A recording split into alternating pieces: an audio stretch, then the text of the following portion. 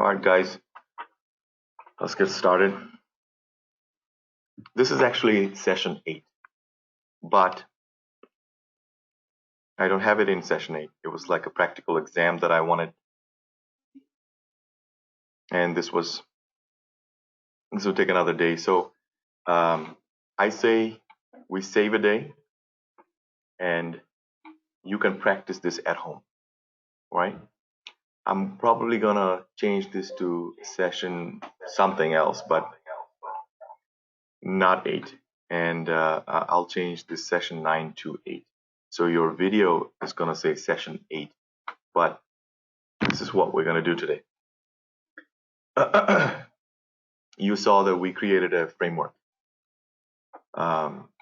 yesterday, and just showed you how the framework is set up. Basically, we did not automate a whole lot of things, but we're going to try to automate a full test case today.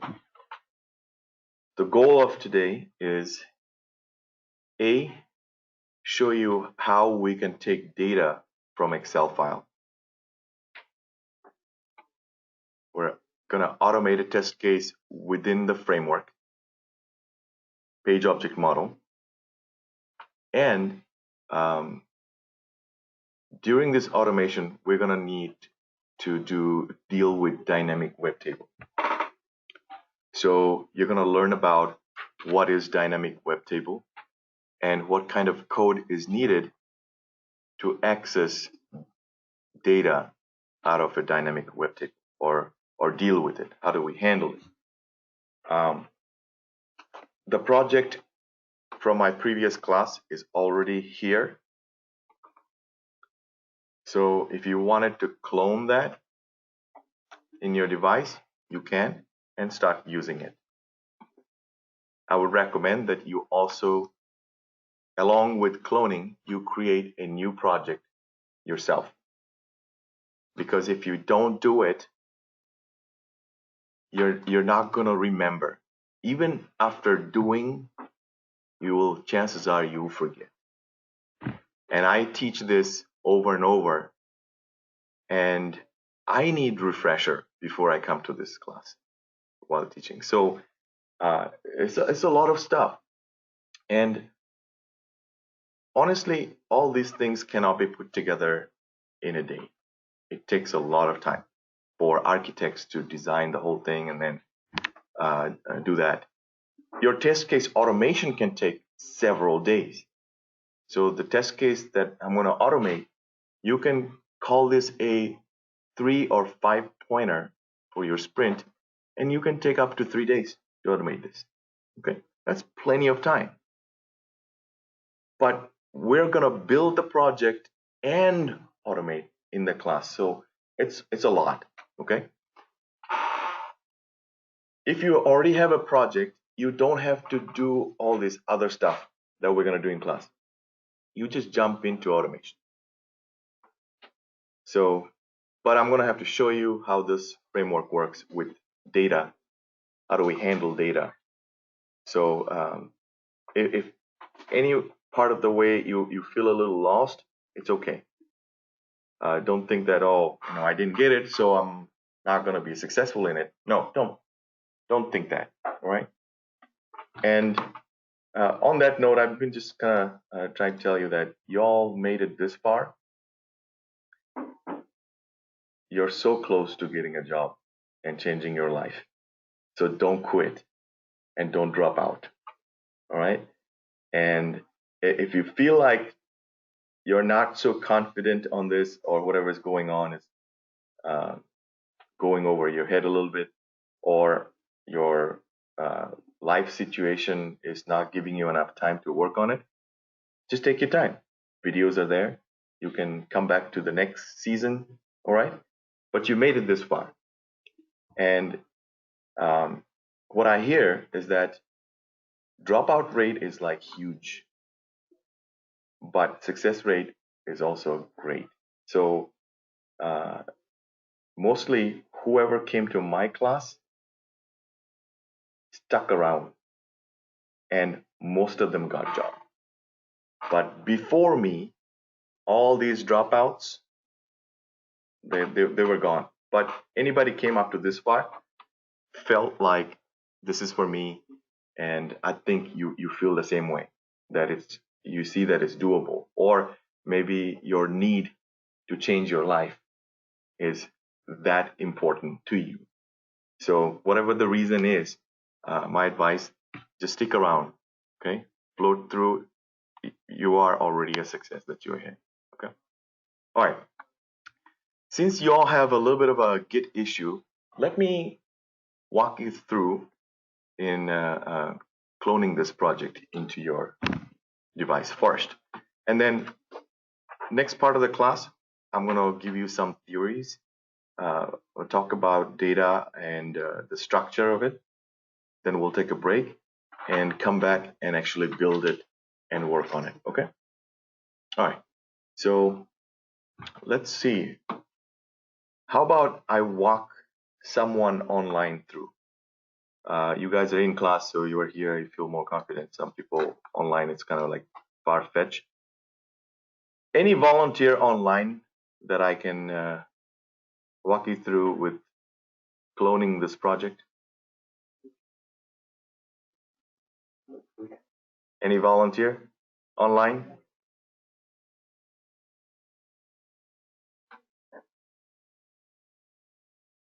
Anyone?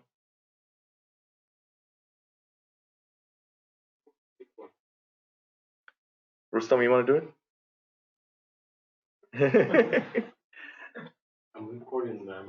I see. Anybody else in class who's online? Come on.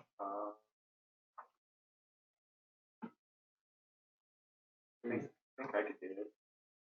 Okay. Let me log into class. Okay. Who is Babita? Okay. Babita, can you hear me?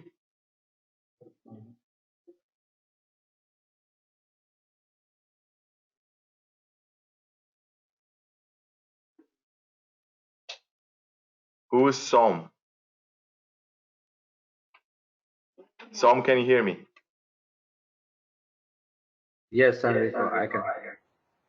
No, this is Stein.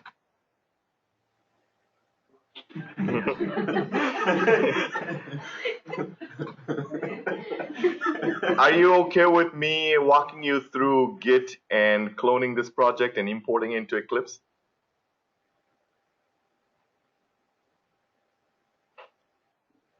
Tom? Oh, no, I'm not ready. It's not going to be difficult, trust me. And I'll troubleshoot if there's any issues. I'll do that, but I just opened my computer. Sorry about that. Next time. Yeah, no problem at all. Let me make you the presenter, okay? I have a different laptop. You have a different laptop? Yeah.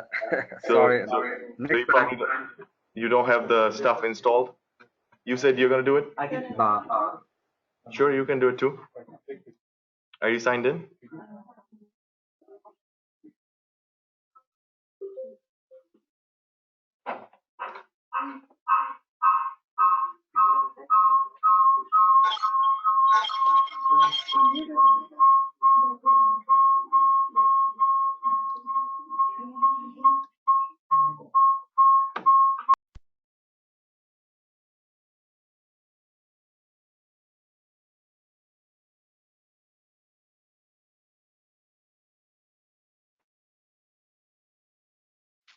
And Hey, can you all still hear me online? We just switched platform. Yeah, it's good. All right, making you the presenter. You guys follow. Okay.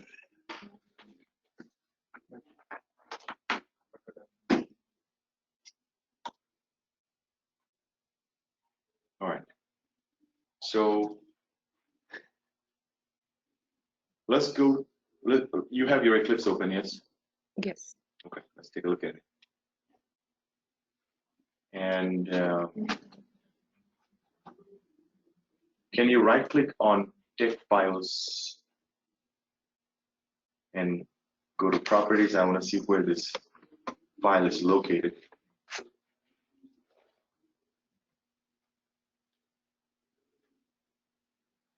So, all right, can you click on that folder to go there? You guys doing the same thing? Okay, if you need me to slow down, let me know. And online, you guys do the same thing as well. So this is where your projects are located. All of these are different projects. Mostly, I think you've done with the AP, and a lot of them are just Java. But this text files, this is a Selenium project. So we want this project to come into this folder, okay? And we need to initialize a Git repository inside that folder. Do you all have the folder open? Yes? Okay. Anybody needs more time? Yes. Just give me. Who needs more time? Yeah, good. You're good? Did you see how we got there? Yeah. Okay.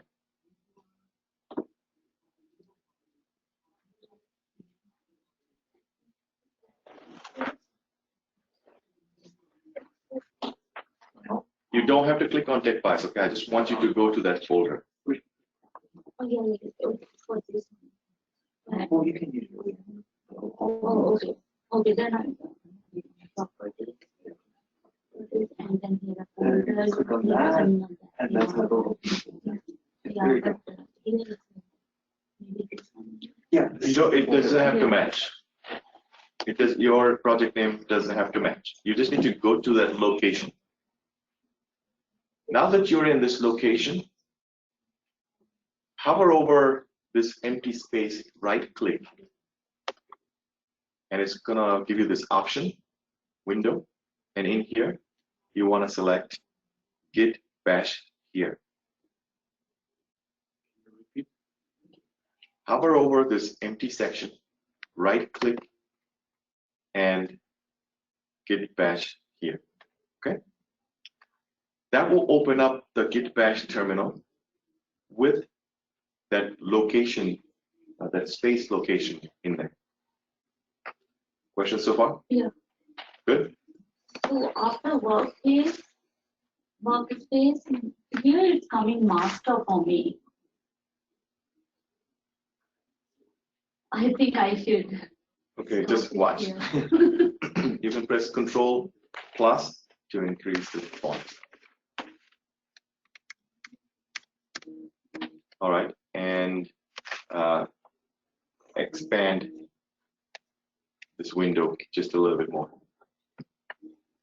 Maybe go like up here.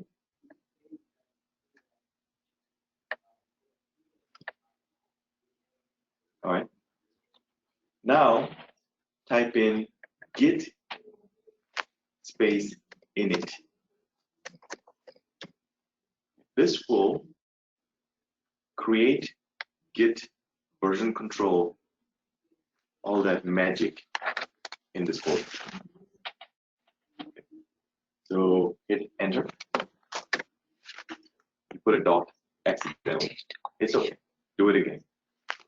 But be careful, because we have one student who we cannot fix. and every time I've noticed that every season there's one or two, it's impossible to fix. I don't know what happened. They probably got this Git repository nested in different folders, and that's probably the case there. But again, re-imaging the computer can definitely fix it. All right, now it has created initialized empty Git repository in here, and we're going to now clone it, meaning it will understand the word clone because it has been initialized. Otherwise, it wouldn't understand. It would say, don't know what that word is. Okay, now it's going to. So before we do that, we need to know what are we going to clone, correct? So let's go to autotechnotes.weebly.com and keep that window there, because we'll come back to it. And copy that URL. Now, sometimes in this website, the URL is not that great. It probably adds a space to it. This is session 9. Best thing to do, copy it and paste it into a URL. So yeah, go into another tab, paste it there, and see if it comes up.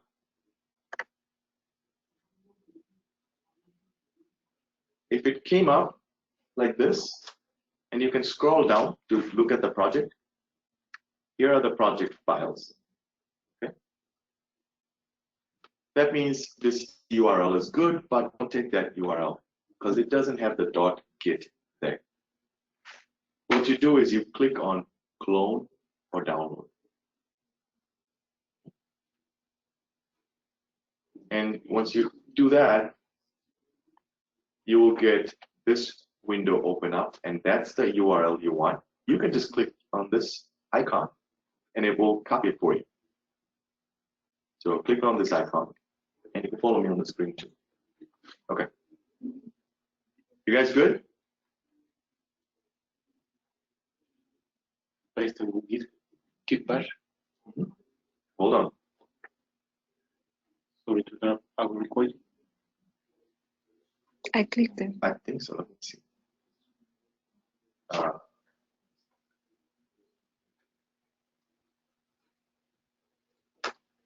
Yeah.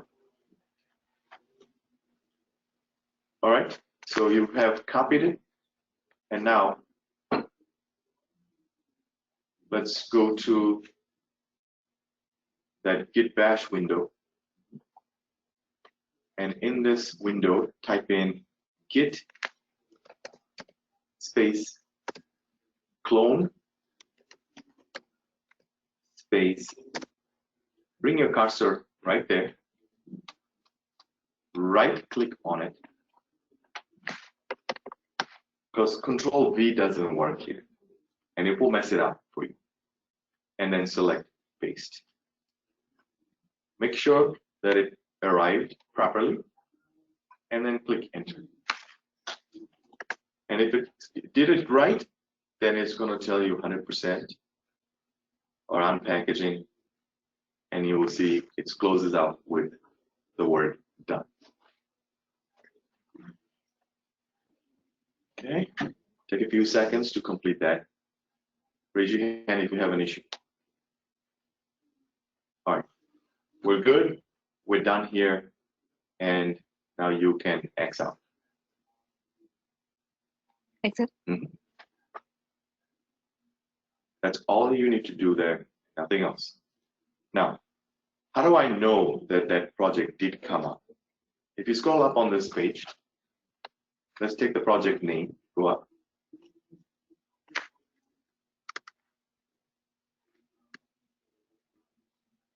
And there is that project name, Data-Driven Framework with Excel. Now, you need to go to your File Explorer, and we want to check to see if it arrived. You see that?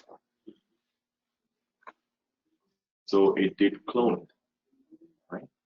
Now, since you have initialized a Git repository in this location, all of these projects now have Git inside them, okay? That means go ahead and double click and go inside this project, and I'm in just one step. This is your inside where you're going to see settings, source. This is where your code is. Remember the source main and then source test? Those two folders are in here. And then all your packages and classes are all in here. Got it? Okay. Now, if you right click in empty space here, if you want to control this and create branches and stuff, you have to be in here. to do that. Not the location before, but actually going inside the project and then control that. Okay. Just go ahead and select Git bash here.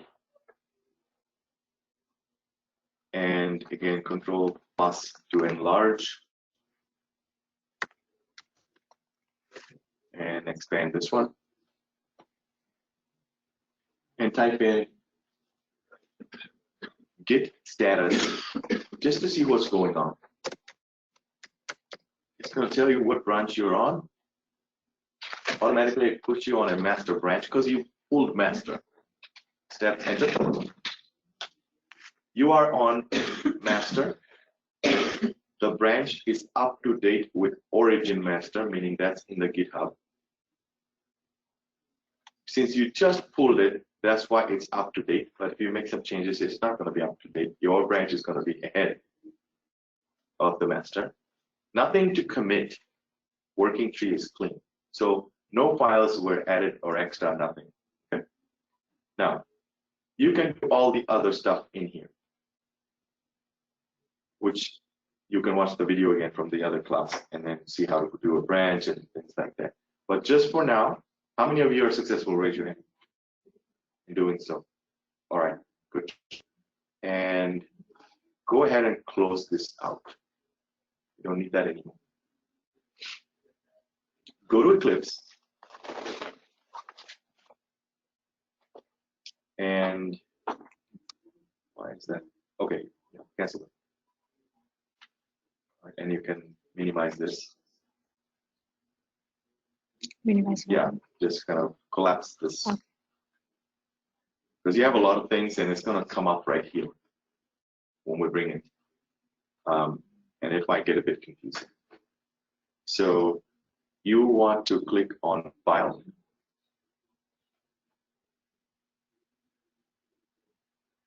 And go to Import.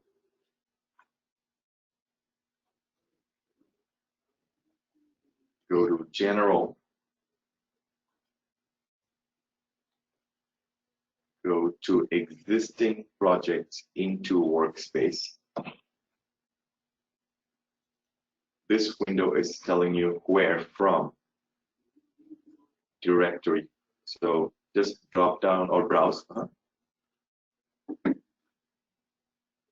And that gives you that file explorer again. And if you don't see that project, then you have to go to your location that you just confirmed. And then find that project, click on it, and say select folder.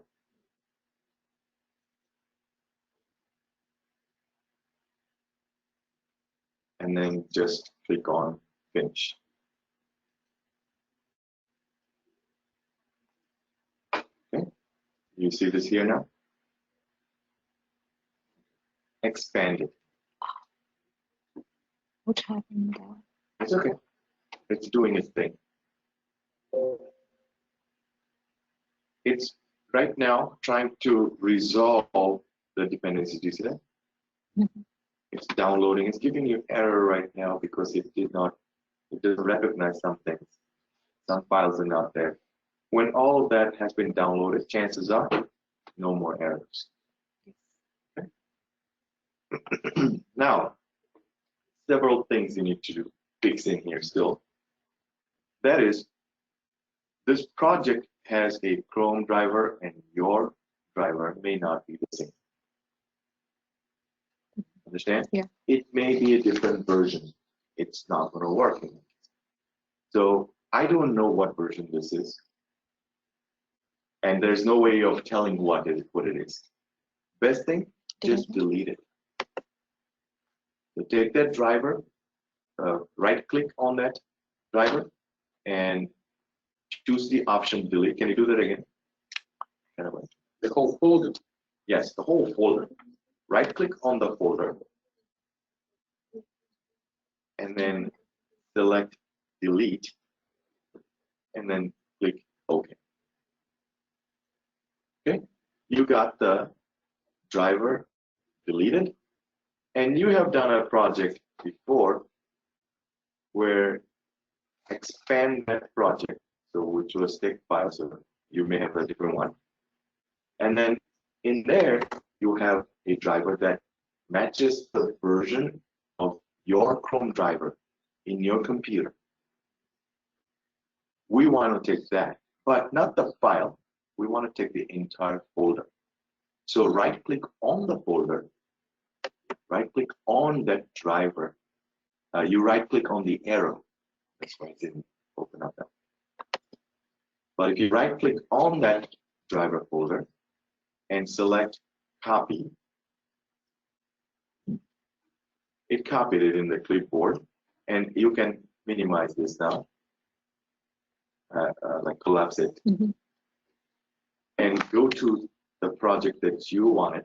Right click on the project name,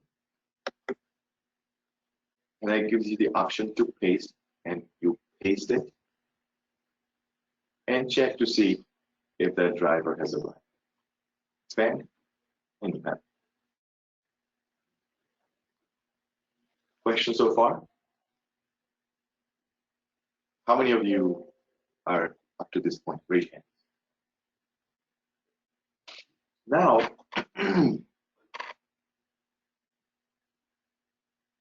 I think that ought to do it, except just double check one thing. Right click on this Chrome driver.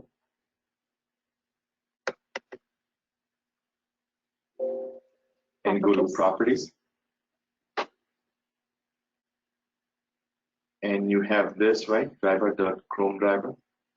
Sometimes if you had a capital D here, or if you said your folder name was drivers, you have to make sure that this matches with the set property that we did in Browser Factory. So we just noticed that our folder name is driver, not drivers, all lowercase, and then Chrome driver.exe. So with that, go ahead and cancel this out. And go to source test, because this is where we work. Actually, go to source main. Yeah, I expand all of that. Let's take a look at it. And go to util package. Expand that. Go to Browser Factory. Double click on it. And you want to make sure here where we have system.setProperty, and we provided the location, this matches your location setup. If you had drivers as your folder name, it's not going to work. You would have to come in here and change this and add the asset. Okay? But looks like it's exactly same as we got the property location for that. Drivers also work then. Will work. If this, you change it to drivers, this folder name to drivers, that has to exactly match this. Does that make sense? It's case sensitive. So looks like everything is fine. Now we have to do system clean and install. So right click on your project name and go to run as. At this point, you should have already had testng and everything. Well, go ahead and do a Maven build. In case some dependencies didn't arrive, this will clean up and bring it all in here. Where it says goals, in goals, type in clean install lowercase with space. Clean. And clean install. Okay, and then click on run. Let it do its thing.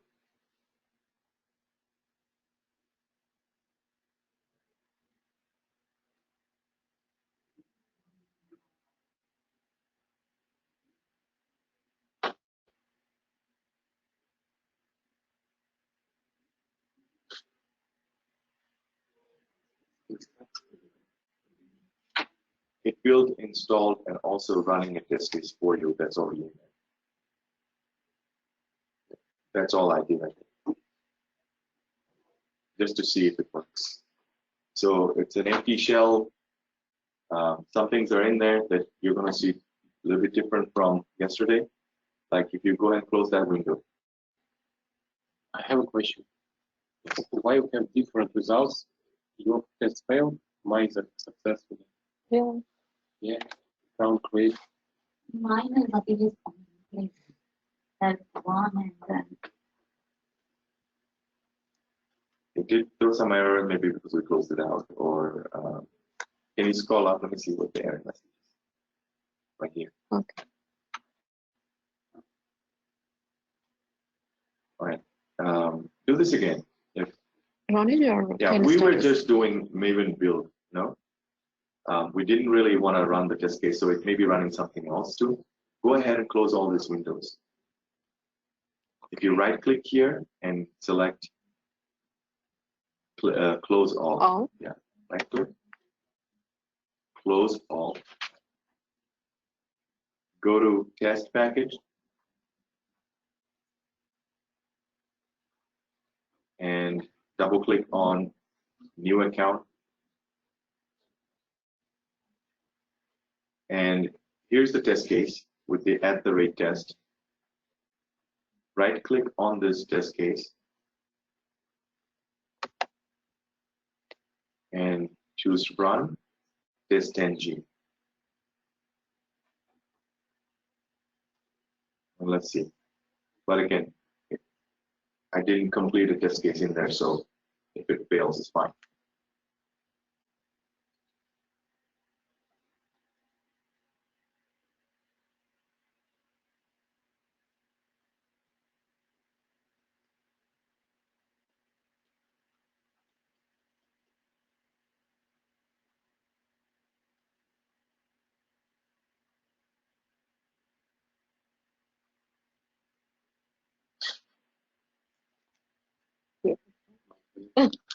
Yours failed now. Yeah. And it was passing before. Go ahead and close this window. And whatever, I mean, we did very little in it. So I just wanted to see if it's opening up. But if the Chrome browser opened up, how many of the Chrome browser opened up? After you did the raise your hand. What about y'all there? no, it's not open. Even Chrome browser. Yeah, it's not. Did the project arrive? Did you do everything?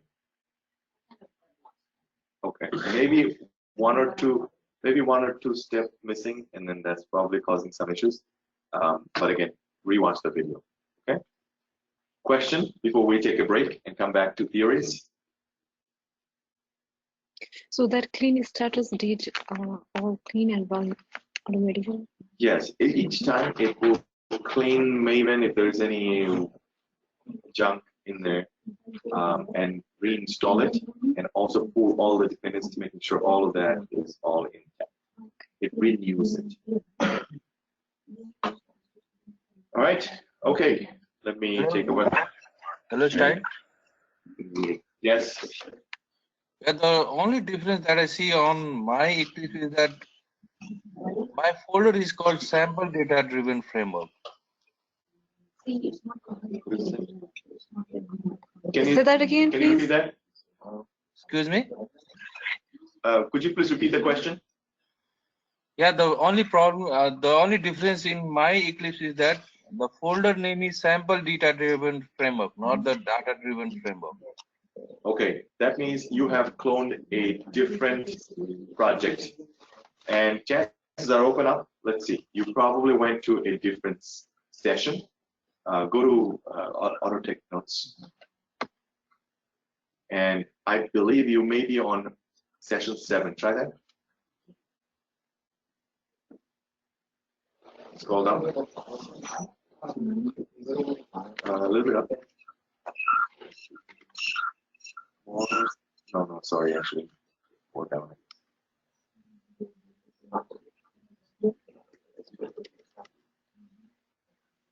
Not that one. How about just 10? Session 10.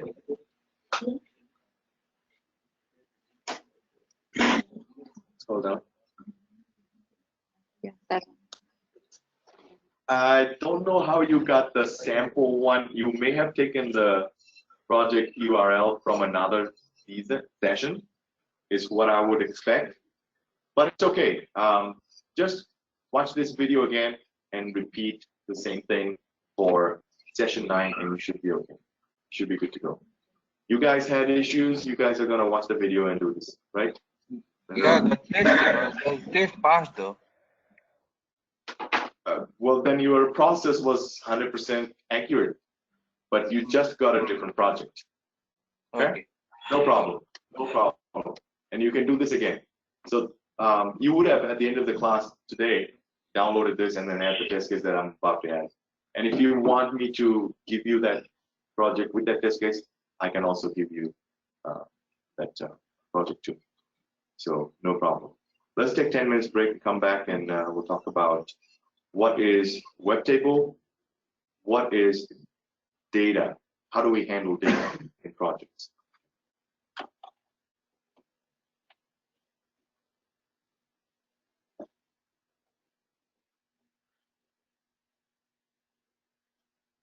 I think you may have to mute yourself.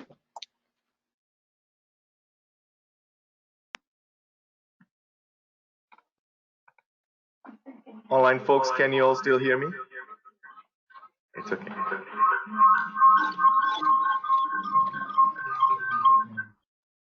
Yes. Okay, awesome.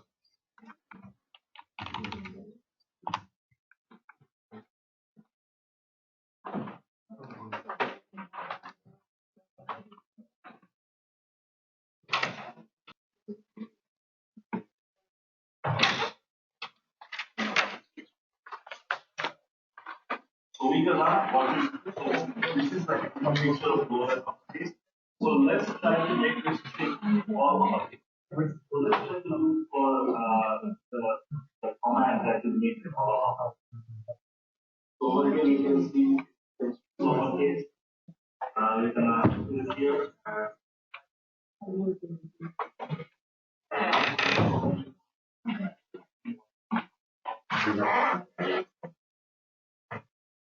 All right, folks, let's get started here. I just have one question. Sure. Can we have this NG and JUnit for this project? You can. But you have to be careful which import you bring in. Hovering over that @test word and then selecting an import is going to give you two import options. One for testng, one for, and if you are not following the right one, you have one selected here, the other one there, you're going to get an error. So it's best if you don't have two of them. Just have one, so it will only give you one option and you won't make that mistake of choosing a different one. Welcome. Guys, I'm just gonna briefly touch up on this topic. I don't want to go deeper because I haven't shown you enough. But as I go and show you more, I'm gonna talk more about the different types. But just for now, you need to know that these are the major types of automation framework out there. Modular testing framework, data-driven testing framework, keyword-driven testing framework, hybrid testing framework, and behavior-driven development framework.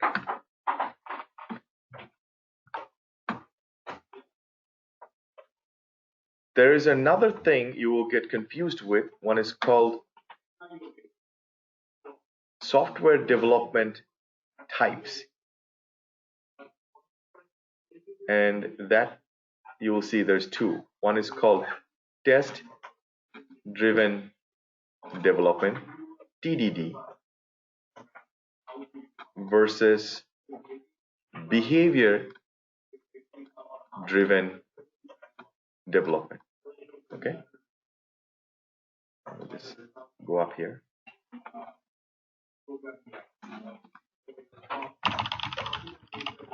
So software development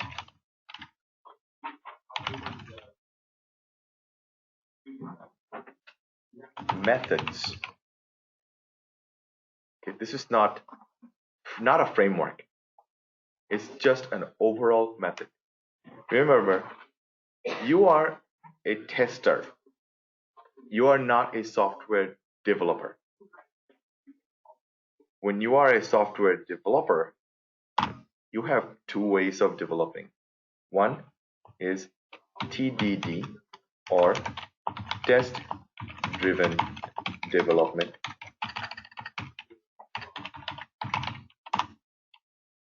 And the other is BDD, behavior-driven development. Right? What does that mean? Test-driven development is when the developer is going to develop something, they write a test for it.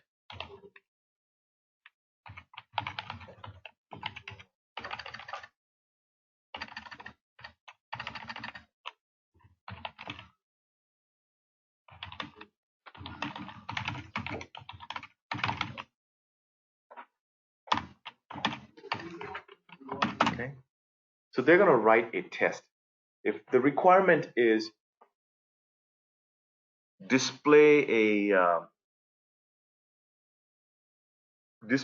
graph, they're going to write a test that's going to check their code whether the graph displayed or not first. And then they're going to do all their coding, and if the test passes, then the code is accepted.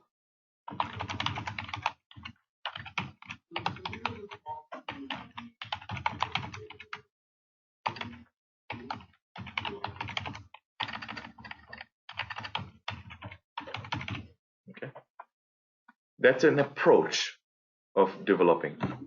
Most companies are not doing this these days.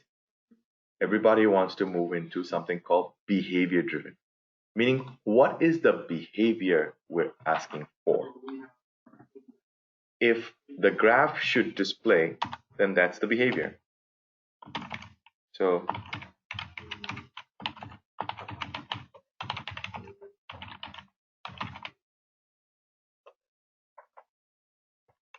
more about that will come into session 10, 11, 12.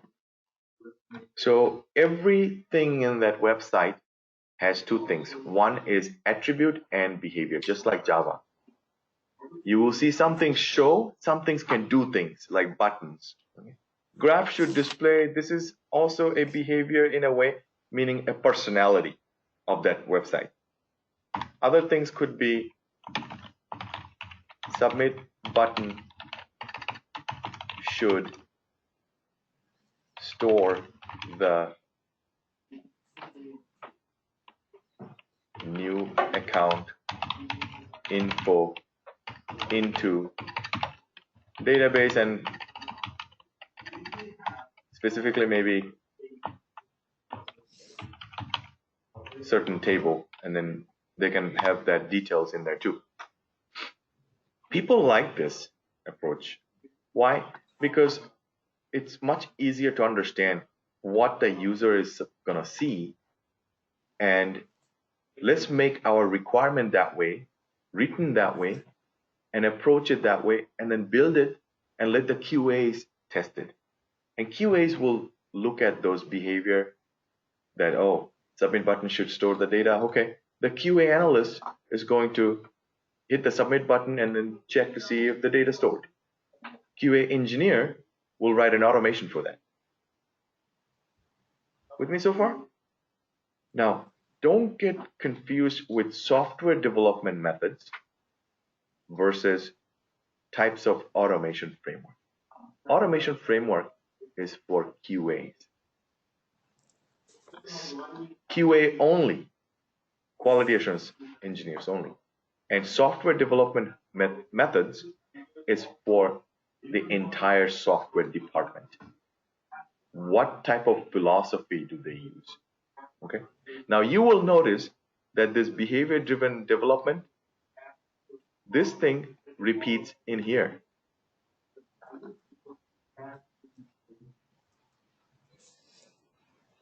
This is a framework that we're going to use that uses the philosophy of this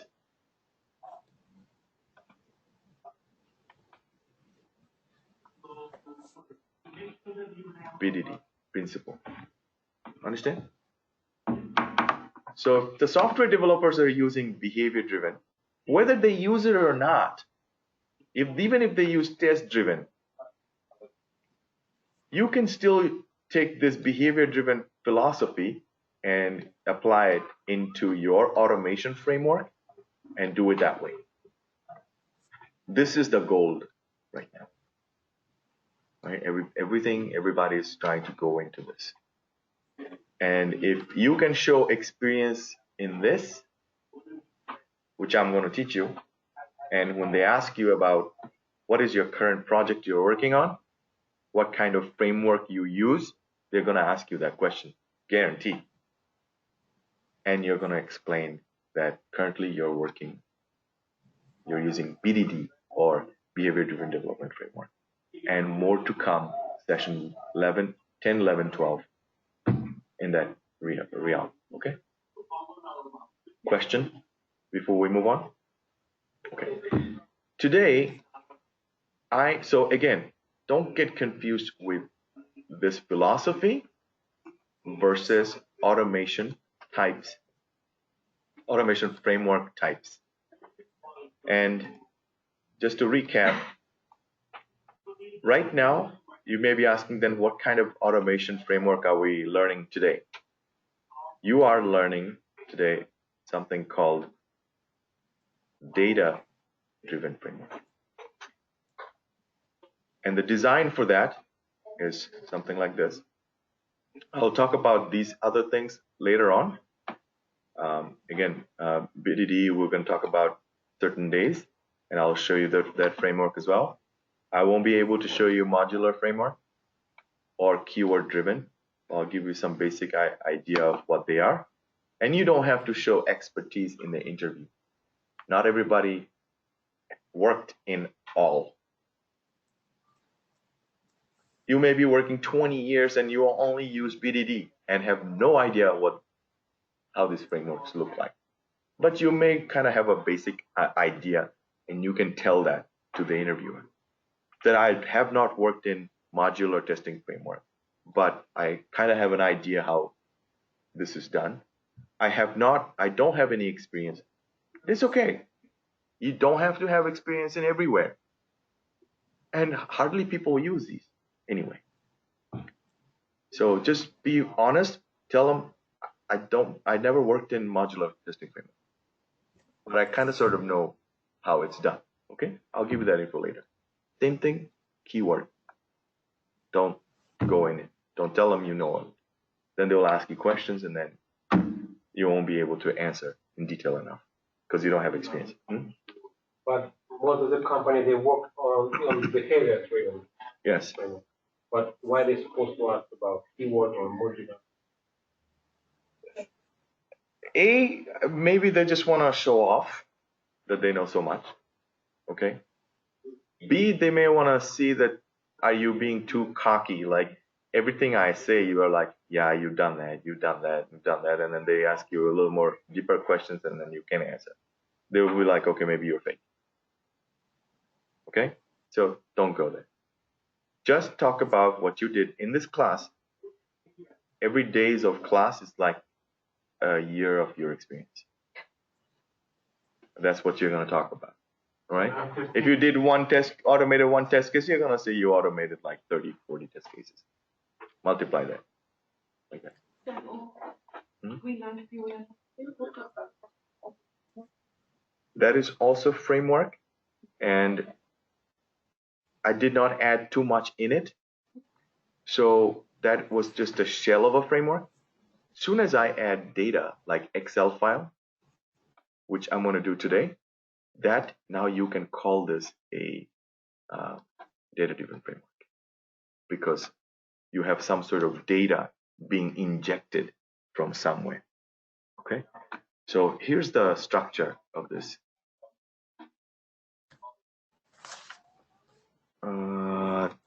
That's the data-driven. So yesterday we built this.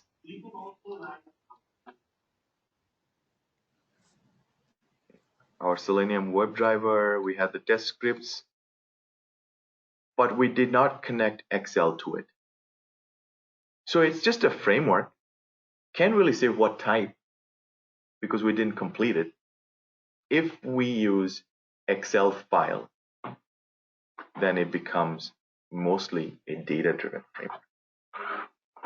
And next weekend, I'm going to show you how we are going to use XML file to inject data. And all the test cases will be run from that file. So driven means drives it, starts from it. If your data controls your test cases, then that's data-driven. Okay? Because the data is main.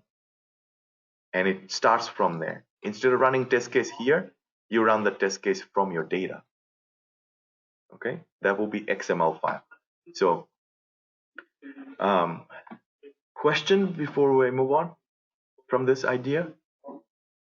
Really nothing. Simple, just adding an Excel file, putting all the data there. Do you have to do it that way?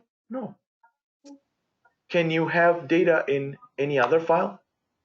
Sure. Can you randomly generate data? Yeah. Project I work in, no Excel file, we randomly generate data. That's it. Okay. All right. Enough with that. And next concept.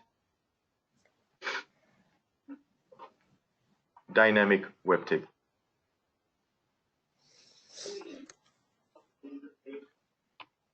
Let's understand the word. Static means constant or stays the same. Dynamic means varies,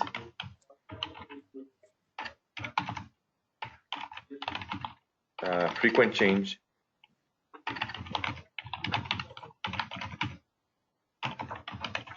can be easily updated. Okay, all of that. Real time, dynamic versus static. And we talk about dynamic web table. So what does that mean?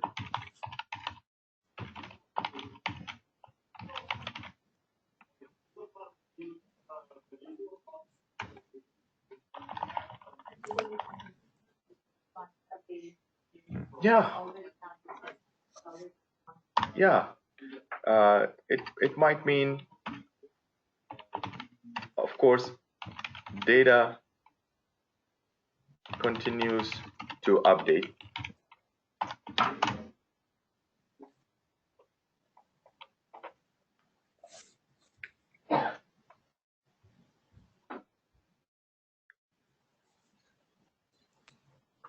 Number of columns can change.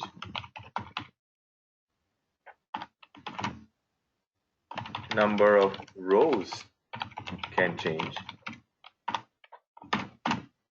Okay. Column header can change. In a nutshell, that's all there is to it. Let's take a look at a table.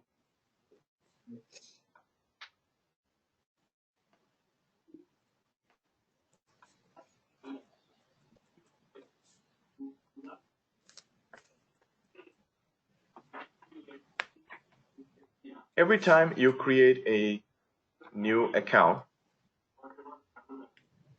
using this form right here, or add new account, this information shows up after you submit in this list of accounts. Agree? That means there will be one extra row created for that new account that you just created. Changes. So the structure of the table changes. Somebody came in and deleted one, that can change the structure. Tomorrow, they may not want this account to be in this column, and they may say, hey, let's put another column here and put numbers. Number 1, number 2, number 3. Now this got changed. So if you had an XPath set up to just get that data, for some reason you needed that XPath, is that going to pass if a structure changes? No. Still fail. Because the structure changed. So your XPath is going to fail. All right? That means right now we have been just pulling the data out of that cell with XPath. But as it changes, that XPath is not going to work. It will work for some time until they change things. So you should always treat a table as a dynamic web table. If they ask you and they show you a table and then say, is this a dynamic web table or a static web table? You're going to say every web table has the potential to be a dynamic web table. And as a automation engineer, I treat all web tables as dynamic because I don't want my test case to fail. What if the developer comes in and you say it just like that, okay? What if a developer one day decides to add another column? If I use dynamic web table logical method in Java, it's going to be a smart code. That code, no matter what they do to this table, it will always get the right data. That makes sense? So that's what you use. Now, if they ask you to write a code to get the data with the dynamic web table code, you don't want to do that in front of them. Why? Because chances are it's going to take you hours. All right. And there's a big chance that you may not be able to get the data properly. And you'll get nervous. And it's just going to get very messy. And they usually don't ask you to do that. Okay. Now, if they super insist you on it, go attempt. At least what they're going to see, they might probably just want to see that, do you know what you're doing? Okay? As you keep typing and you troubleshooting, and you're going to be like, no, I forgot. Okay, let me delete this one. Let's try this one. It's okay. It's totally normal for me too when I'm writing dynamic web table code. And sometimes I may have to kind of look back on how I wrote the previous and then come back and do it again. All right? So it's totally okay. You want to shoot for that.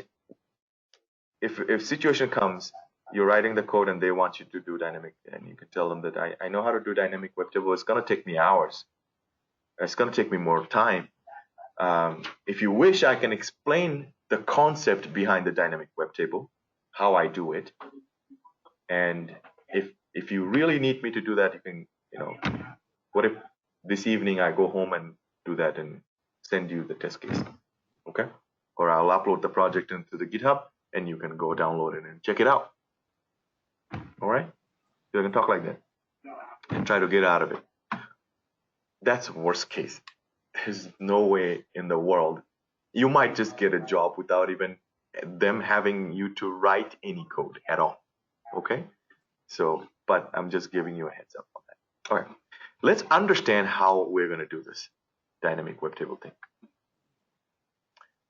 This table has a couple of things that you need to think about. One is this column header, right? This column header. And you want data out of a table. Let's say you want all account names. We're actually going to have to take this and put it on a list. And we're going to create a loop. We're going to pass this list to a loop, Java loop. That loop is going to check one by one and see if swimming is displayed, or is swimming part of that list. No, no problem. Move on to the next one. Nope, doesn't match. Swimming? No. Swimming? No. Swimming? No. Swimming? Yes. Pass. Another situation, you just deleted this right here, Wrestler. Okay? And now, after you delete, you take this list again. You call Java to get this list to you, which I'll show you. And AP also showed you how to use list. And then what happens is, if you delete it, your assumption is that this is no longer there. Right? So you create another loop to check to see this. And you check. You're checking. This is not found. Pass. But if this was shown, then you design it in a way. Fail the test case, that means it's still there. The delete button didn't work. That's your bug. You caught a bug. You go manually test it. If that's true, awesome job. Give yourself a pat on the back. Your automation just did something for you. Okay? All right. With that idea, here's how it's set up and how we're going to do this. Every one of this is a table. Right? So in this table, and table is the tag, always will be, you have rows, correct? So you have this table, row, these are all rows. You understand that, right? In short, it's gonna say TR. This is gonna be TR.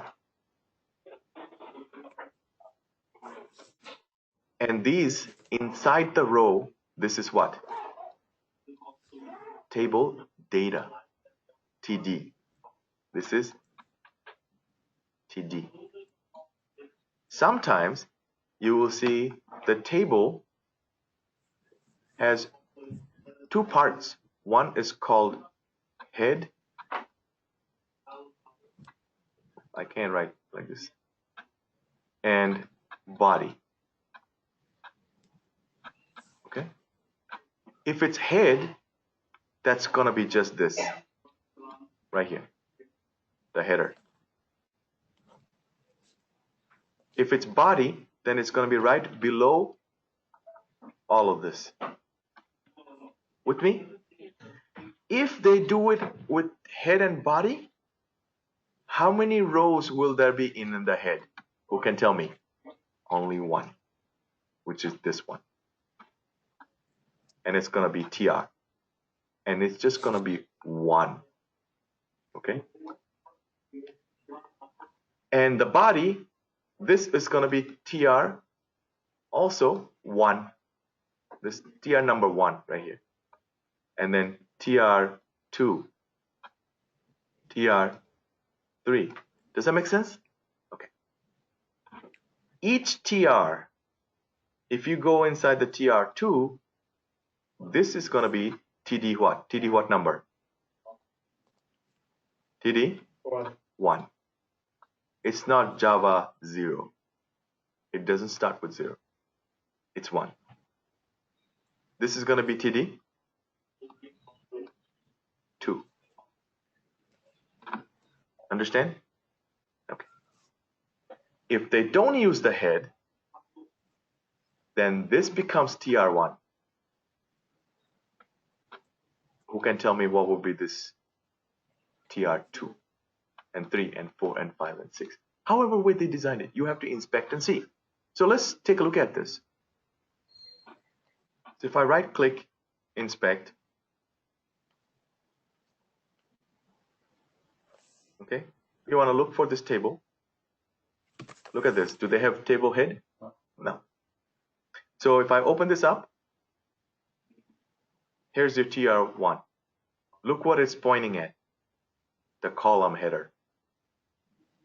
With me? If you expand it, this is coded as TH, table header. Doesn't matter. They could say TD, but they wanted to be fancy and say TH, table header. And that's account, description, and manage. Okay? So what is the index? If I say, what is the index of this table head? If Java starts with 0, this would be 1. The index of this table head is what? 1. This one. If I say, what is the index of the table header called description? What is it? 2. What is the index of table header named manage? 3. Okay. Do you understand? Just before I ask you that question, if I go to this second one, second row, you see this data right here? What is the index of Reslar? TD? 1. What is the index of personal?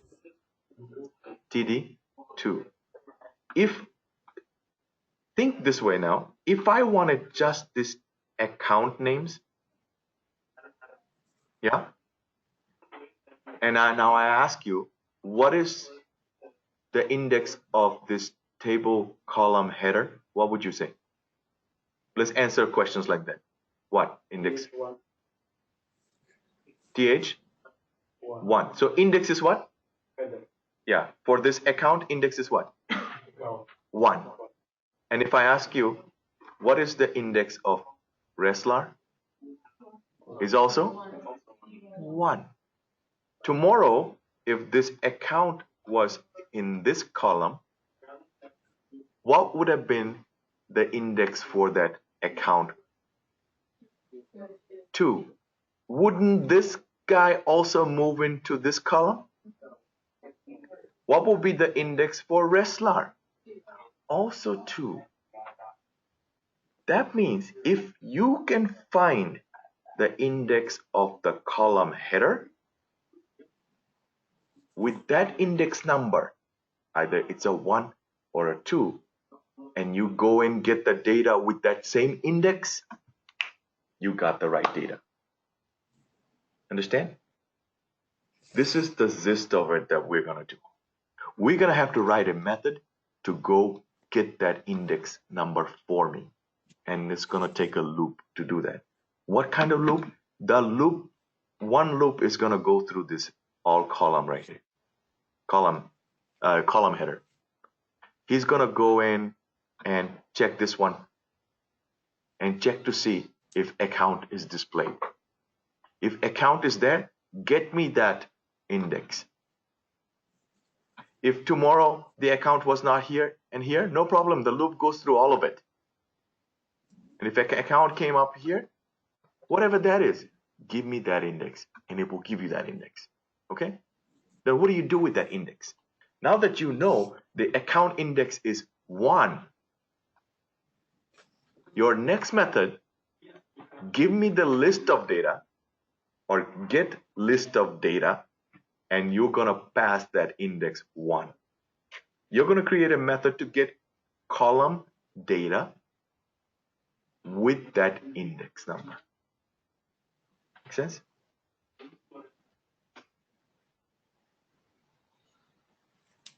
So if this index tomorrow got changed to a 2, Java is going to go in, look, take that 2 and decide oh, I need to get all the twos, TD2s, TD2s, TD2s, TD2s. Make sense? If it's 1 today, TD1, give me TD1, give me TD1, TD1, TD1. Yes, you have to check the header first. So it's two things you have to do. One, you gotta have two methods. One, to get the index of that header data you want. Second method, to get a list with that index number. If it's a 1, pass the 1, give me just that one. That method, if you pass 2, it's gonna give you all this data. That method, if you pass 3, it's gonna give you all this data. Tomorrow they can have hundreds of these. And you're gonna design, I'm gonna show you how to create a loop that is dynamic loop, meaning that if today you have 3 columns, it's gonna go through 3 things. Tomorrow you have 100 columns, it's gonna go through 100 things. You don't have to change a thing. It will automatically do it for you. Right? So all of that is to come. Let's go ahead and create this project.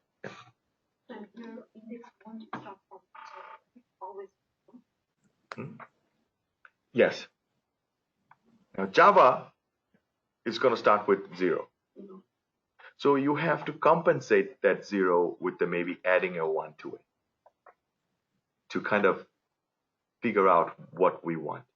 Because if you want column TD0, it's going to fail. Java is going to be like, I went to TD0, but I couldn't find a TD0. This is TD1. This is TD2.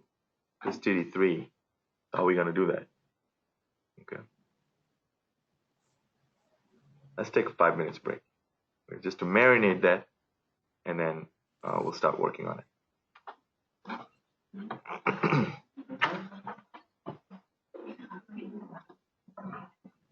Yeah.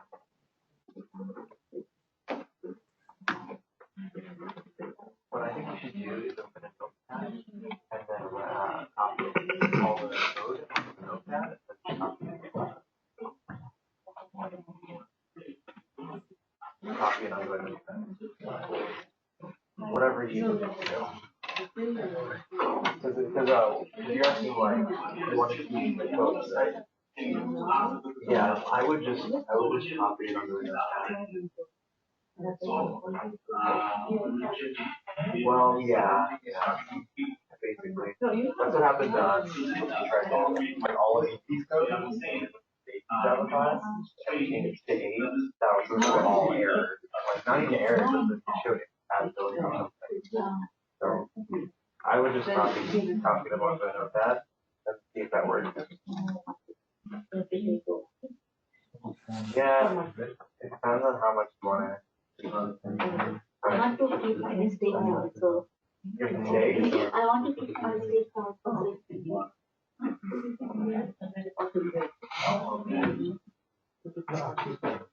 don't know. You could try. I don't know.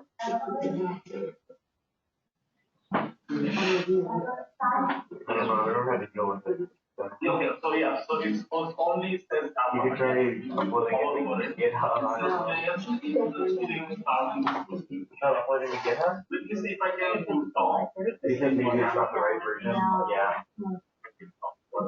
Oh no. It should also. Are you trying to Yeah, you can also do Yeah, because I want to. Yeah, I couldn't even keep those. No, I'm saying Because I want to keep all of my mistakes also. Yeah. I just had to delete all of it. I can learn to understand you much better if I can get familiar with the way you talk.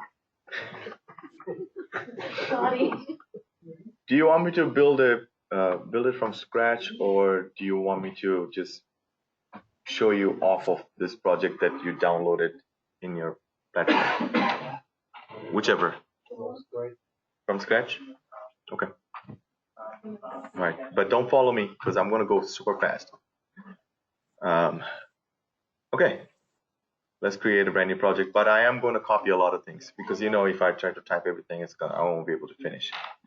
So the first word, and he starts, also the start. You could write either dashboard or site navigation. Typically, site navigation is treated like a class. Why? Because you have smoke test you have to do to go through every single one of these page, open it up, and make sure they open, which I'm going to talk about in the next weekend class. So you may already see it in some projects, just kind of bear with me on that. All right, so for you to build everything is on this page, session 9. And I'm going to just show you how I do this using this information. Here's a step. Create a Maven project with group ID and artifact ID. If you don't know how to do that, session 1. So I'm going to go in here, right click, new, create a project, and Maven project next. By now, you probably already know. Same thing, next. There's a group ID already there. Let's call this data driven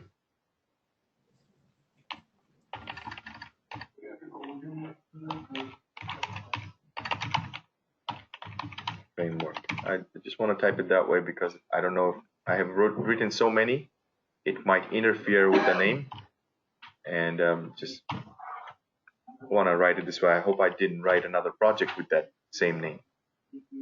So finish. And we have this project right here. Okay. All these project files are coming in. Go in here, same thing, delete. Delete. All good. In here, in the POM file, you need to change your dependencies. You don't need JUnit because we're going to be doing testng. So let's see what instruction says. Import the following dependencies in the POM file and click Ctrl S to save and import. You will need Selenium Java. We have that from another project.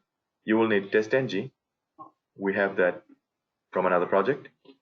You're going to need 2 extra. One is called Apache POI and the other one Apache POI OOXML that you have done in API's class using data from an Excel file. Same code actually. So here's the Selenium. Here's testng, Apache. Make sure you get the right ones. If you have to copy paste, do it. I'm not going to copy paste from here. What if it throws some error? So I'm going to copy paste from the project that I already have in the previous ones. Best place for you, go to Maven repository. Remember that?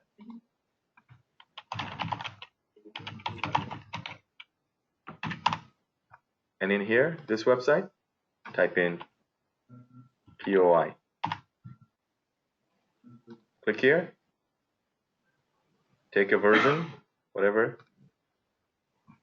and make sure this matches this. I mean, at least like org dot so and so, and then version. You can have a different version, that's fine, but this frame is the same. Sometimes you will see there's one extra line. You will see like scope, you might see, or test, but just make sure that you don't get those extra lines. That can mess it up. So as long as this is exactly same as that, version number doesn't matter. Okay. If I were to get, however, Apache POI this version, then I want to make sure I get OOXML also same version, because they can interfere. All right. If you copy paste and do this from here and it works, that's fine. I already have a project, so I'm going to take it from there, which you have it in your platform right now. And I'm going to take these dependencies. Copy and paste that into my project. Okay, so far so good. Any question? Now, other thing I need is the driver. So I'll copy the driver.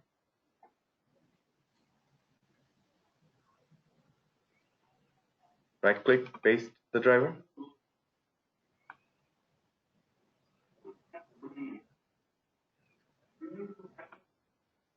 We have the driver. One extra thing we're going to need. It's called data folder. So you're going to see a folder like this called data, and you have your data brought in there with an Excel file or something. So let's do that. Close this one since I'm working on this. How do I do that? If you want to do it from scratch, right click, new, folder. In here, type in data. Folder name data, finish, and you have a folder here. You can open up an Excel file, and I already have an Excel. Your project comes with one. Just use that. So if I click on it, Control C to copy, or right click, copy, and go into my project, into that data folder, right click and paste. Oops.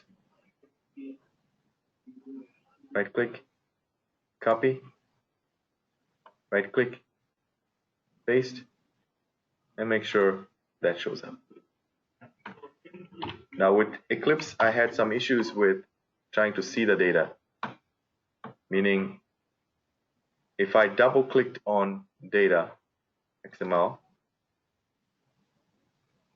sometimes this won't show up, and it could be that you don't have Excel right version installed. I don't have it either, so it's giving me a warning saying yours is going to expire. I just need to reinstall the computer for you for this season, and didn't install the Microsoft Office yet. So it should show up. Even if it doesn't show up, a lot of the times it works. Let's take a look at what kind of data we have. We have the username, and there's the username. We have password, and there's a password to log into TechBIOS. Account title, and you can put in as much as data you want. Okay. Let's talk a little bit about what is Excel file. We don't need to copy that question folder. New project. Yes, it will, when we generate it, it's gonna give you that option. So we'll do it then. Sequence doesn't matter right now, as far as we go. You know what? Yeah, let's probably do that, and then we'll come back and talk about the Excel file a little bit more. Let's make sure the project works. What else I have? I got that. I got the data. Help me out. What do we do next? Maven Bill? Did I delete these? I deleted, right? Yeah, we got the POM done. Actually, go ahead and build it at this point. Make sure all the dependencies come in. So run as. Did I do Chrome driver? We did. Mm-hmm. And clean install.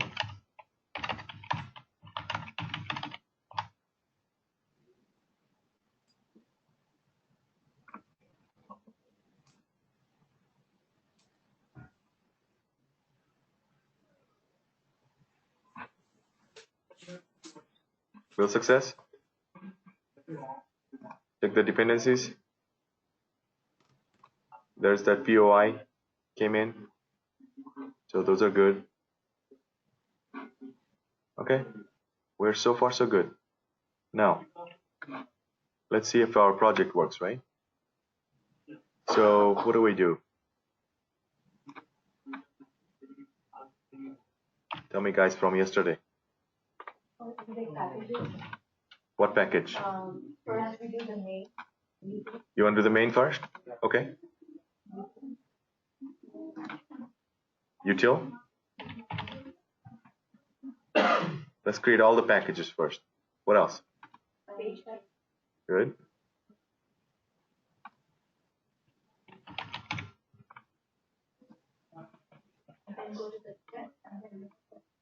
Okay.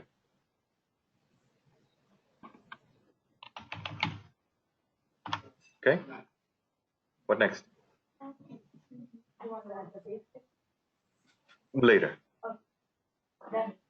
But what you must do right now? Which class do we create first? Browser factory. Correct. In the util package. Correct. So go in here and create browser factory, right? But don't we already have that in another project? Can I just do that now? Because I'm not teaching you how to do this because we've done this, right? Right. So copy this class. Sure. That will bring the whole thing too. I'll just do one by one. And util, right click on it and click on paste. And make sure that we got it. Double click. We have it. Same code. Nothing different. Okay? Launches the browser right here. Goes to that URL right here. Question? Anything else? What do we need to do now? So we need to bring in these classes from the page. So let's go ahead and how about we take all of them? Let's just take login.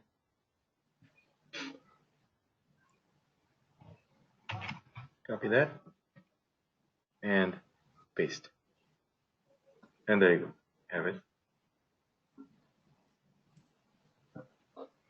What else did we do? Did we do anything else?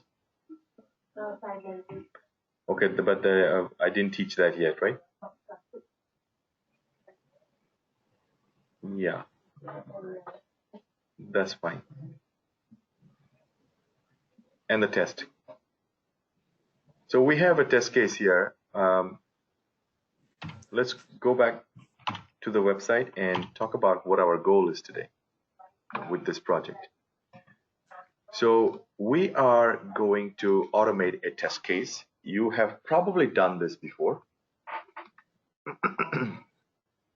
You have done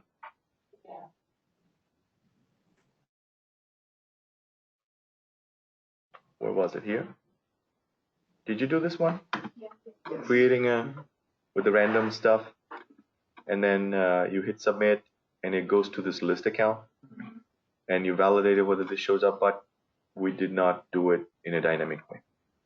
So we're just gonna add the dynamic element part to it. Okay, that's our goal.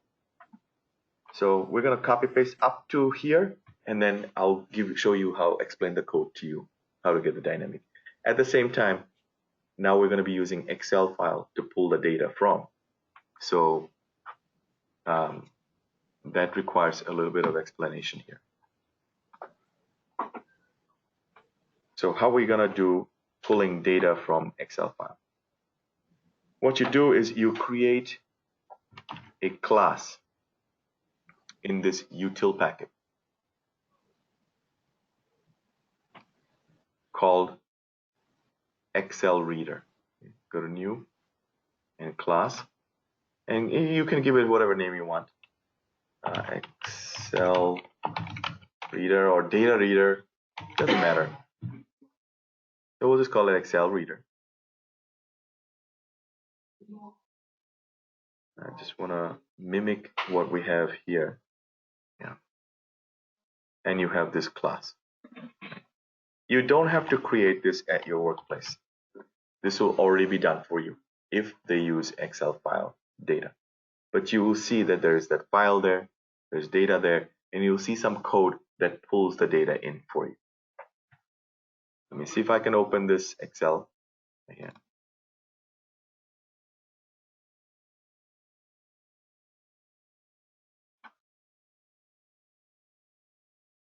Now, the way the Excel file is organized, the whole thing is called Excel, of course, and Excel files have worksheets, and you will see it down here. Each file can have multiple sheets.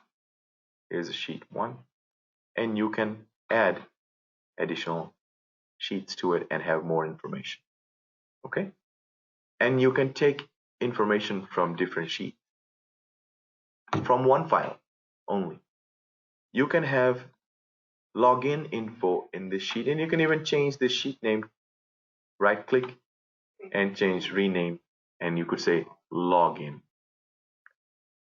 You could have this account title, this description and initial balance that I put in here in a different sheet.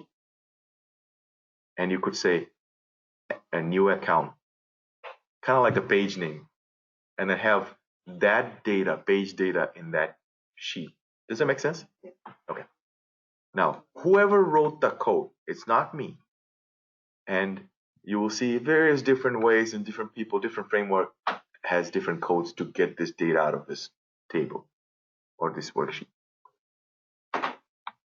You don't need to understand all that. And they're not going to ask you to explain all that, but you just need to know how the overall thing is done.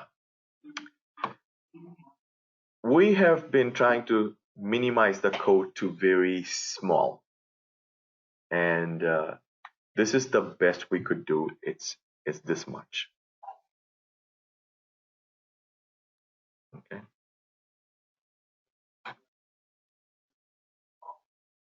And I'm not going to go through and explain this, because will you ever be writing this code? No. And nobody writes this code from scratch anymore. People just go online, they Google search it, they see whoever in their community, they have a code, they take that and put that in your. We can copy this. Absolutely. That's what we do. Okay? But it's intelligent copying. And an amateur cannot just copy this and run the whole framework, can you? No. But you need to know how things are happening, and you may have to modify a few things. Okay. So I want to go over a few things just overall. If they ever ask you what's in that Excel reader, if they ask you what kind of dependency do you need to get data out of Excel file, what are you going to say? Apache, POI, and OOXML or OOXL, so I don't know. Okay. But Apache POI, if you just say that, that will ring the bell to them, okay? And then they may ask you, can you tell me, describe what code is there, how is there? Basically, they want you to utter these words, XSSF, okay? And just before I do that, let me go back to this Excel and explain this. So we got this entire thing is called a workbook. Why? It has it's like a book. It has pages or sheets. So this is your worksheet 1, sheet 2, and then within the sheets you have columns and you have rows, and then you have cell. Okay, so you need to understand that those terms first. Now, somebody already wrote a class to actually recognize these things.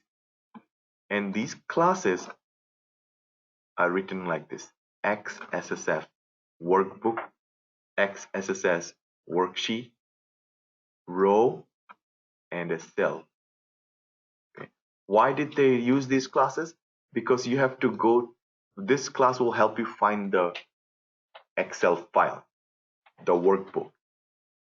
This class will help you find which sheet you want it to go to. It will navigate through sheets. Okay. XSSF row will navigate through which row you want, and cell will take you to exact data that you want from there. Okay. That's why no column. And they found a way of just going through the rows and finding with the column header name somehow. So they didn't need another class for it. They declared variables this way, right? So if they ask you what's in that code, you just tell them that the initially it starts with the creating calling the classes and just utter these things. XSSF workbook, kind of mouthful to say it. XSSF sheets, you create variables for XSF rows and cells, and then you go in and there are some loops there to go through the data, go through the columns and rows and sheets, and there is a method that gets that data out to you. That's it. Got it? That's it. So what is it? What's in there? There is a constructor there. Soon as you instantiate this class, it's gonna ask you to send the path of the class. Where is it? And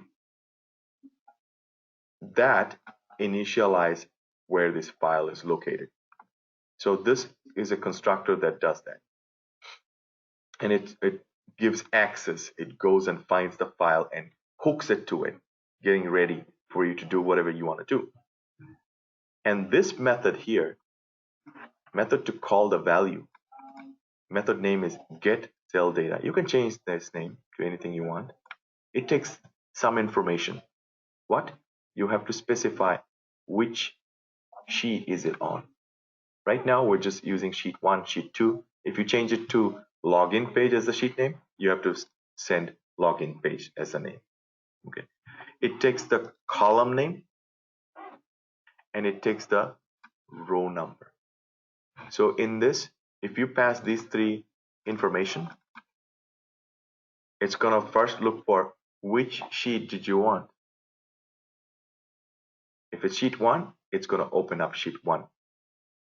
And then next data is gonna say what column name that you want me to focus on.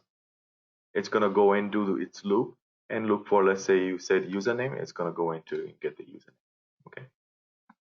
Oops, sorry. Didn't mean to do that. This is case sensitive. So if you wrote username this way, that's how you have to pass it. Okay. And last thing, row number. So if you wanted row number 2, it's going to go in and get that data for that column for you. That's all there is to it. You don't need to know how it's written. You just need to know that this is the code that we use, and this code, get cell data, will use some logic to get into the sheet, will use some logic to get into the row, get into the column, and finally return that data to you. Make sense? In a nutshell? Okay. If you want to go further and explain this to your interviewer, do it. If you don't feel comfortable, just summarize what it is. Okay? That's it. So I'm going to copy this. I'm going to take this data. Yes? So, like, just scroll down to the bottom. Mm-hmm. It says get string cell data. So, like, well, it says get string cell data, but all the time the data that's the same cell might not be string. So how does it? Even if this data right here, if it was like a balance, which could be a number, let's just say this right here.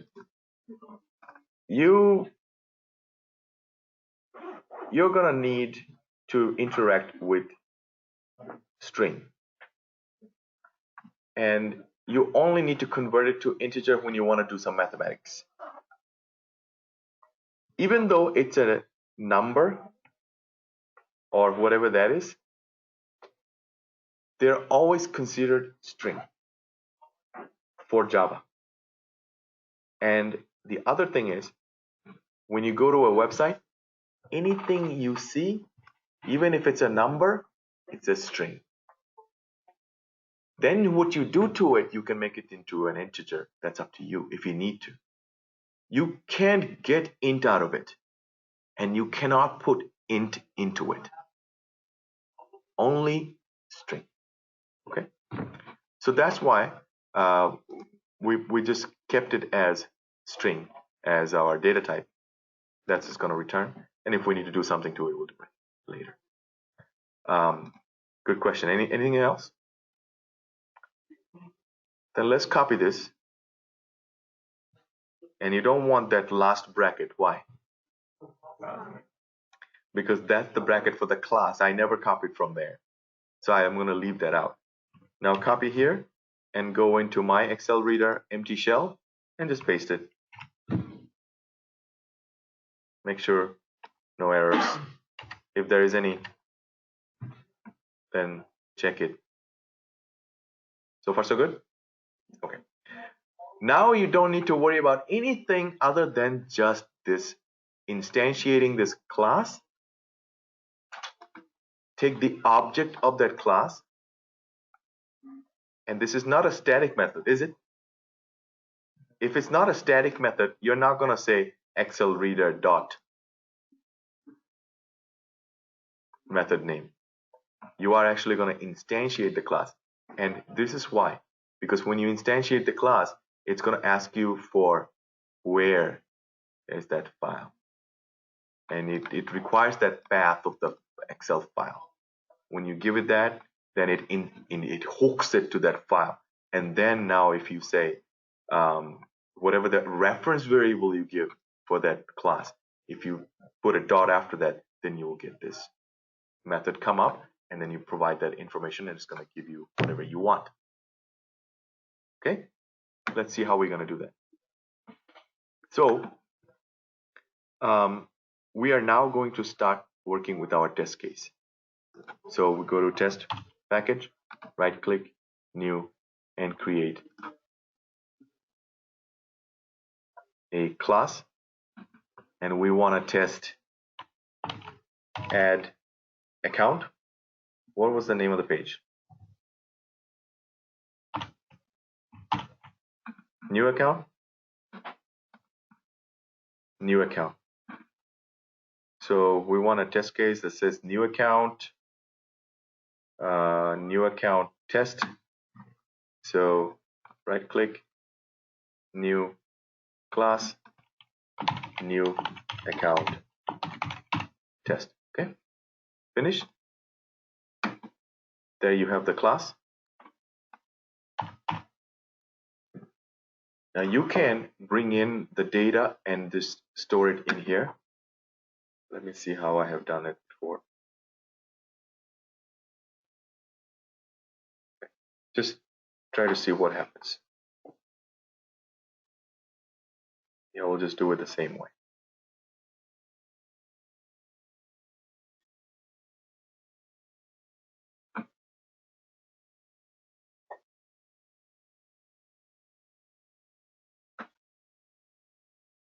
Okay. So let's instantiate this class here. Excel reader. How do I instantiate the class?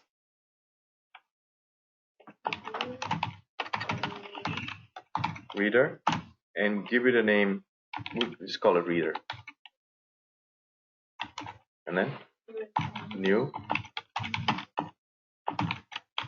reader. And remember, the constructor asks for the path.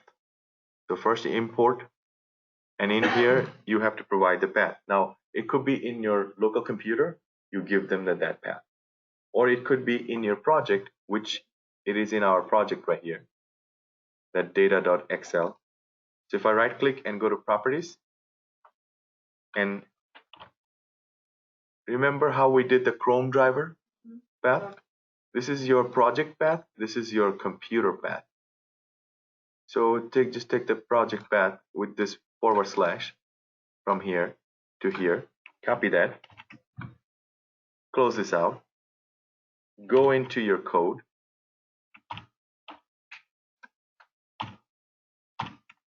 And if you paste it in here as a string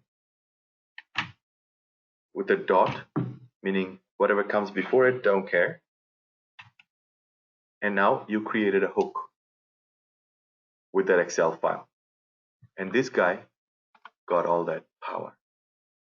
Right? So with this guy, you can just say reader dot. Maybe I didn't save it, that's why.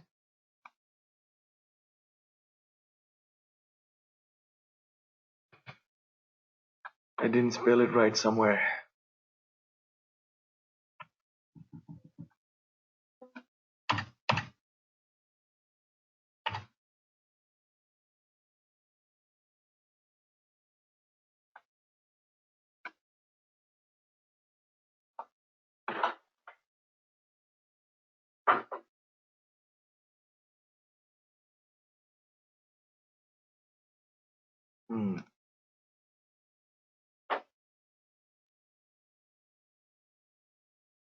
Why is it not happy?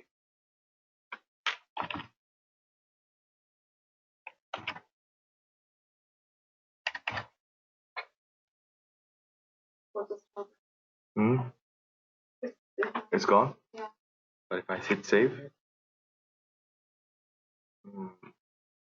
is it not the same?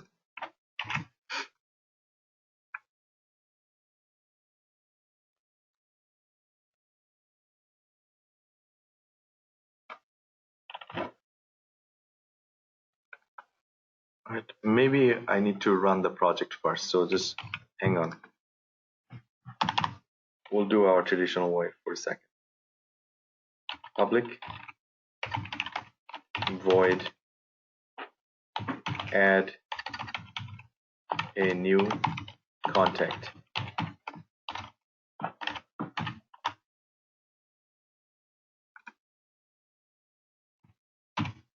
That's what I hate about Eclipse, is sometimes it does that. Here. We don't have just energy folder there. That's the reason. It's possible. It's possible. That's why I'm gonna create the shell and then come back to it and then see what happens. So hover over, let's do our stuff. Add testng library. And we didn't do a Maven build to see if the Chrome started yet. So that could be a problem. Import testng annotation. So far so good. Ctrl-Shift-F-O. Here, let's call the start browser. Yes. We also declare WebDriver driver as global. Remember that? Import WebDriver. Now in here, driver, because this is that driver, and equal if we say browser factory dot start browser, it's going to start and also store the driver into our class level driver.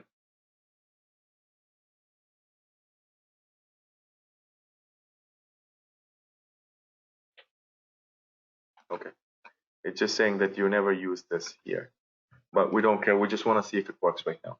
So right click on this, run as testng, and let's see if the project is fine or if there's something missing.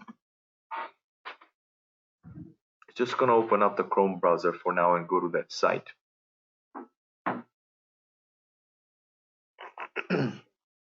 So we are so far so good, and if there are some dependencies that it didn't install or bring it over, should have done it by now.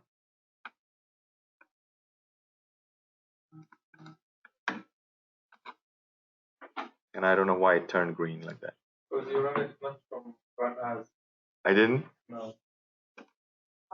You run it from Debug no the from the coverage. yeah. Oh, okay. Let's do that.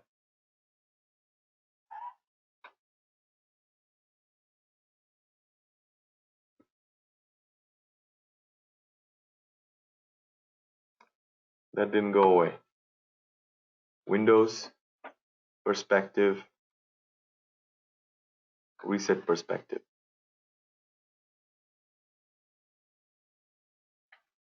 Still didn't go away. That's okay. I hope that's not going to mess up things.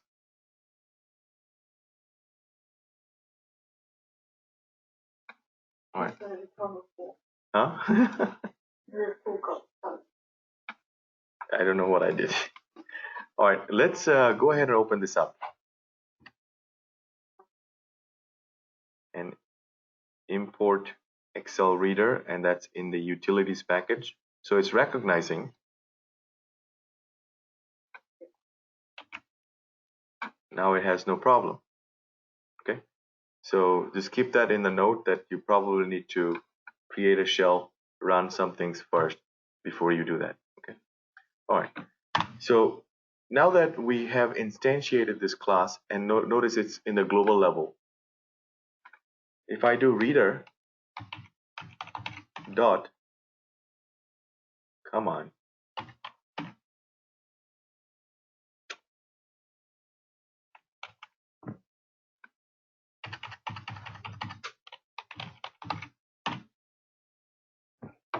That's doesn't make any sense.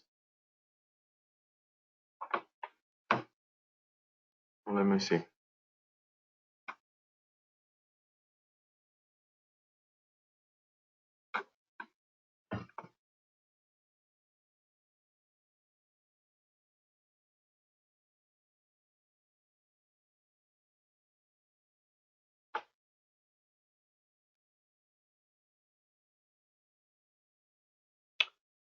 You know what? Maybe it's just initially probably it just wants to complete the everything.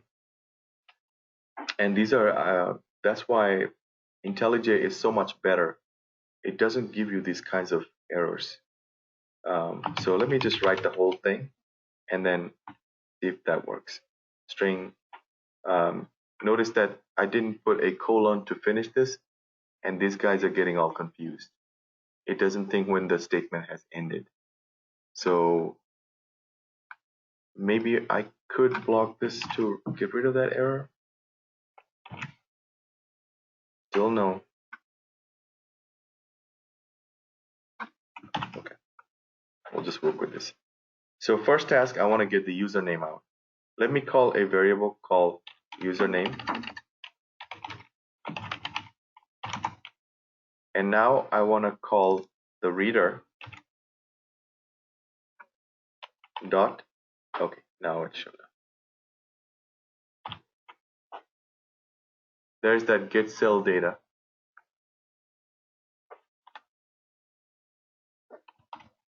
And you're gonna have to deal with these issues every once in a while, but there's a workaround it. Here's a sheet name, and you need to know what sheet that data is on. That's sheet 1, and it has to be same spelling. So in here, we're gonna pass in as a string sheet 1 column name. You have to go check what the column name is here.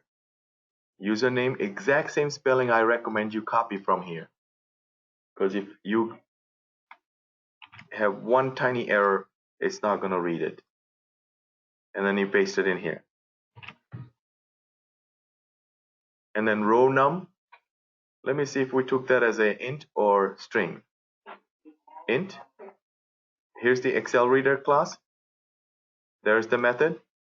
It wants int as row num. So go in here, account, this one. And what row is it on? Row num 2. So go in here, put in row num 2. With me so far? So you do the same thing. You copy this and you bring in data first and store it in this page.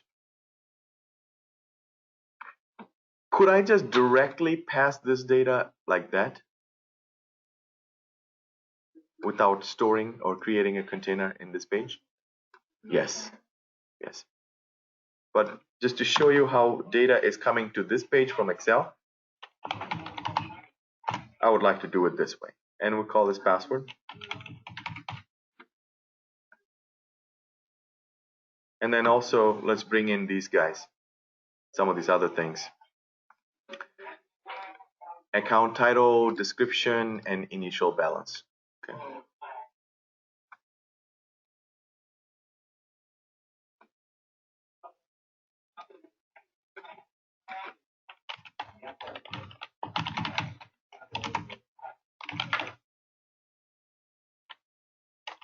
Let me just copy this, it's much easier. This was for password.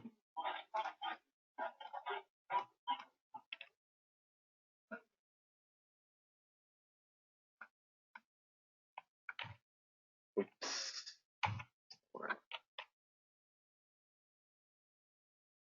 Capital P. Same row num, like this. Cell data sheet 1. This time, you know what, baby step. Let's see if it works first. Okay. So we got this info, and now we need more classes. So we have a login page. Let's take a look at it. In this login page, it really got colorful. Not bad, as long as it doesn't mess up things. Remember from yesterday's class, we have that login page with the global WebDriver, a constructor, our element library that we created, and then we have a method called, we have separate methods we did for each of these. For username, we had a method. For password, we had a method. For clicking the submit button, we had a method. Remember I told you that if you're not testing the login page itself, you don't have to have those separate. I don't have to go through each and every chair and look for the gum, right? So, because I've already done that in another test case. This is, I'm just going to walk through and then go check gum in the other room, okay?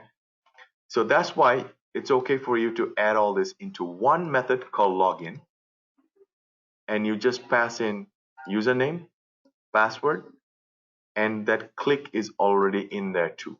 It will click it for you, right? So I need access to this room. Here's my test case file. I got the browser started right here, and I want access to that room. What do? Login page. Come on. Login page. Uh-huh. Page factory. New didn't work, remember that? With this framework. So we had to use a different class to do that, which is page factory dot init elements, and here we said pass the driver to that page and write the name of the class, which is same as the login page dot class. Done. Now you have created an access to this room through a reference name login page. Careful, it's lowercase l. So with this lowercase l here, if I say login page dot, it gives me, I didn't spell it right. I meant to put this one camel case. There. And now in here, you want that method login. You click on it, take it. It's asking you to put in a variable here, username and password. Okay. Now notice this is where you saved it, right? This time around, Eclipse was smart enough to realize that and gave you that automatically. Otherwise, you would have to copy this, paste it here. Copy this password, paste it here. With me so far? Now, to recap,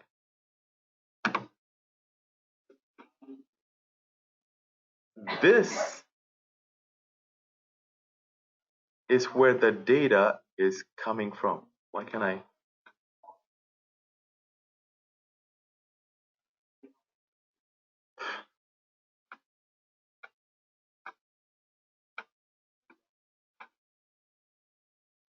Come on.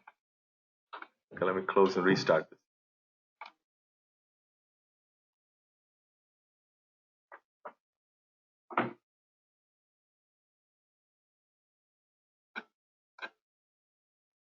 There.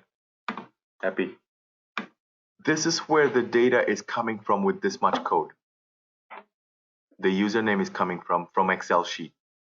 That data is being stored in this variable container called username in a simpler words. I am passing that same data into this method. This method is going into login page and applying that to the page. With me so far? If I wanted, I didn't even have to store this in here. I could just take this part right here and put all that junk in here, and that works too. Make sense? Okay. But we'll do it this way because it's cleaner. Now, let's run this up to now and see if it works. If it works, then everything is fine. If it doesn't work, we got a big problem. Then I'm going to have to troubleshoot and see what bug we found or something. Save it, run it. If it does work, it tells me Excel Reader is able to get the data from the Excel file, bring it into this page, plug it into the browser, and it's working all good. And we can proceed from there. So run as testng, and let's see. This is always a little nerve-wracking part for me. Did. So, hallelujah. All right. We good?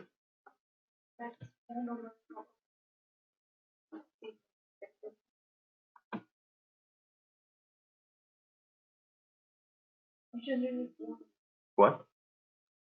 The row number? Well, the cell row number, the data that we're getting out of is what? 2. And column header, we're saying username. So go find username column header. And if you say row number 2, it's going to take username from here. Tomorrow, if you wanted to test multiple users, what are you going to do? You're going to have another username as stein@gmail.com. His password, whatever that is. And then it would say, give me username, row num is going to be 3. And it's going to give you that data. Make sense? Let me clean this up. Don't want to mess it up. All right. Now, real quickly, we're going in and we're going to get to where we want to go and show you dynamic weight table. Do you all need a break? It's 12. Okay. There is a class called SideNav. And I'm not going to go through this and create this. I'm going to copy, but briefly explain this. You want to put all the navigation stuff in one class. We don't have a page for it, but look at all these buttons. Doesn't this require organizing? You don't want to put this everywhere or anywhere. Typically, they use a class name called either navigation or side navigation, or in short, side nav. Now, if these navigations, have you ever seen some websites have it on the top, like mine? My navigations are on the top. In that case, they wouldn't call it side nav, they would call it top banner. Top banner or top navigation. whatever you want to call that. What do I have in it? Really, it's the copy of a page class. Look at this. It has the global WebDriver. It has the constructor. It has element library. What do I have in this element libraries? I have all these modules. These are called modules. CRM is a module. Inside module, these are pages. Transaction is a module. These are pages. So I have CRM module locator. I have add contact, list contact. I did not give you all of it. When you have downloaded this project in your laptop, you should have all of those modules and pages right here. Does that make sense? If you want a complete automation for this website, you're going to have pages and pages full of all those buttons you have already selected, found out. And for every single one of these, you have a method. Look at this. Go to new account page. If you go to new account page, you got to do two things. One, click on bank cash module, which is this one. It clicks. Maybe you have to put a little bit of a wait for it to open. Go fancy with the explicit wait, that's fine. For now, fast track, just sleep is fine. Okay? So sleeping 2 seconds and then clicking on new account page, and it's gonna click on this new account page and get you to this part. Okay. So what I'm gonna do is copy this class, site navigation, copy that and bring it to my page class here and paste it here. Now I have this site navigation code in my thing. I got too many things open, so I like to close all or reopen just what I need to focus on. So how do I access? I already logged in here. How do I access site navigation?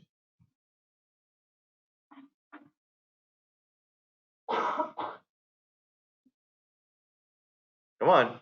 Again, you have to. Yes. Yes. So tell me. Site navigation and then site navigation equals new, not new, page factory dot init elements, same thing, driver. And let me just expand this a little bit more.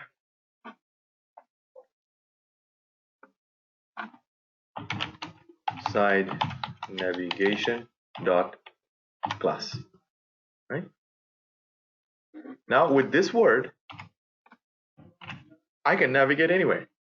Dot whatever method you already have in there. But I need to go to new accounts page. So if I click there, enter. I'm sorry.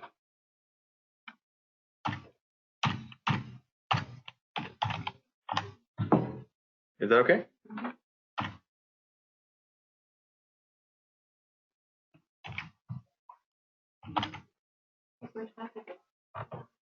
Yeah, it's not happy. And yeah. See, if I control click here, this guy has a thread slip, yes? And it has this throw interrupted exception. Now because I'm calling this method, he's like, you have to throw that declaration in here as well.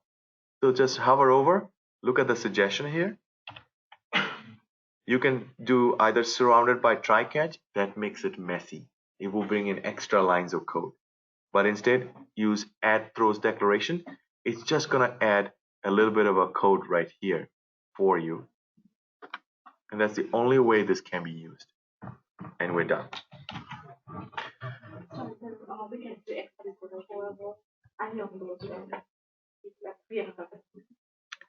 Just use interrupted exception for this one. For thread slip, yeah. Now let's save and run, make sure it's working. 12 or F11.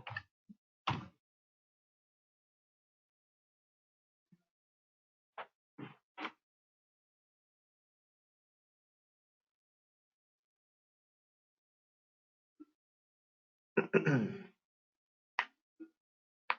don't know if I can get to dynamic web table. We're there. So far so good. Let's put in the data, submit. I want to show you dynamic web table, so I'm not going to validate anything else. All right. So real quickly, just go in here, and this time I'm not going to store this data. I'm going to call this reader directly. All right.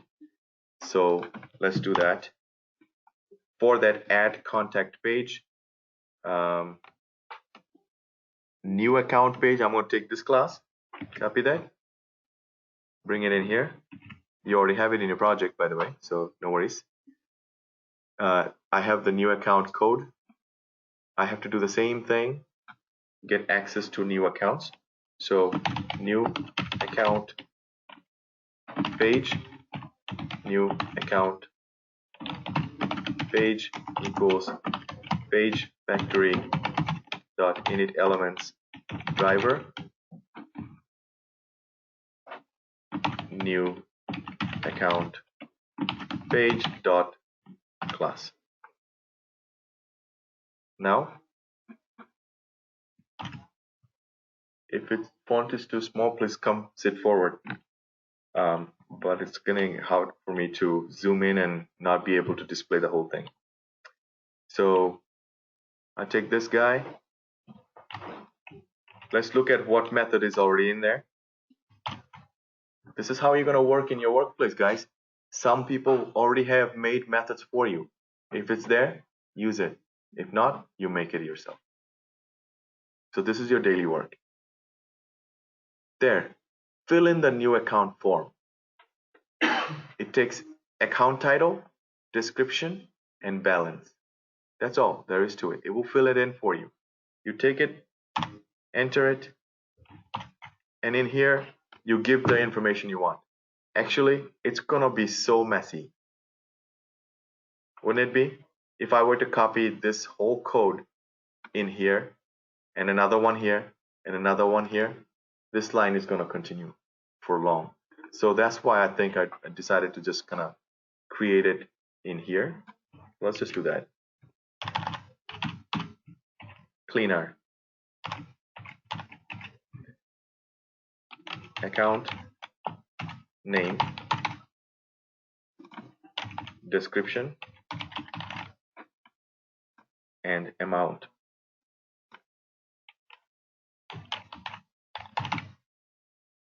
Okay, so in here we got the sheet one, and I just have to change these things and look at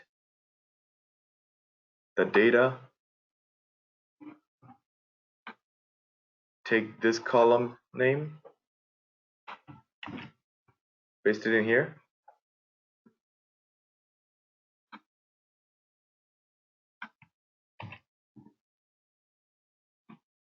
Take this description, same spelling,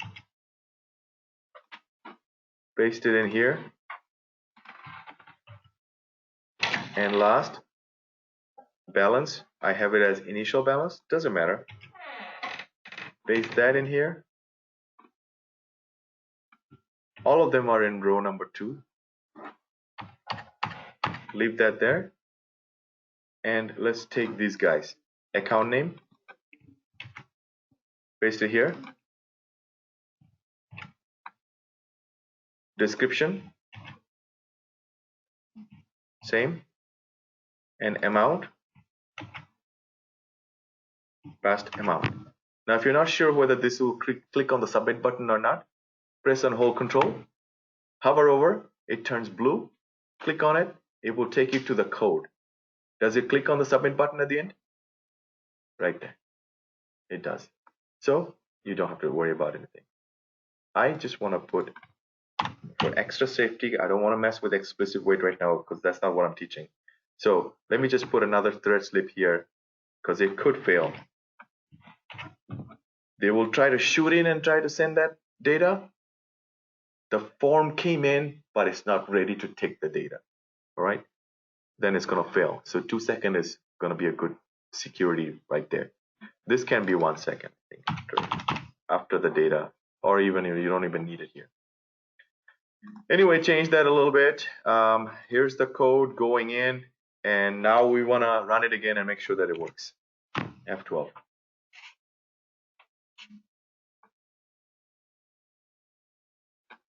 It didn't work. F11, sorry.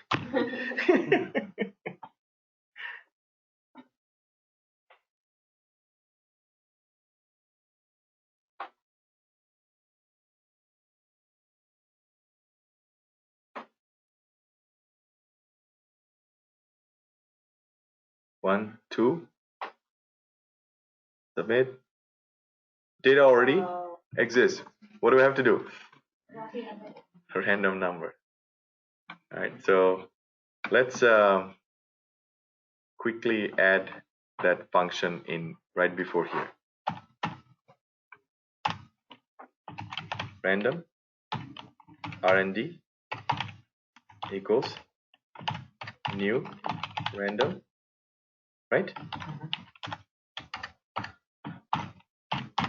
And then RND next int, right? Yeah. We do need to store that, correct? Can I make this global? Okay.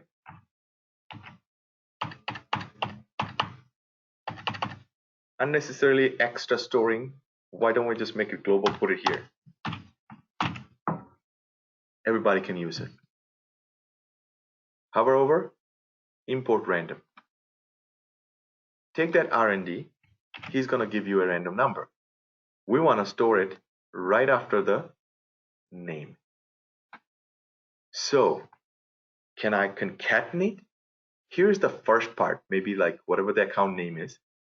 Can I slap it on the back of him? Then what do I have to do? RND. Put a plus, RND dot.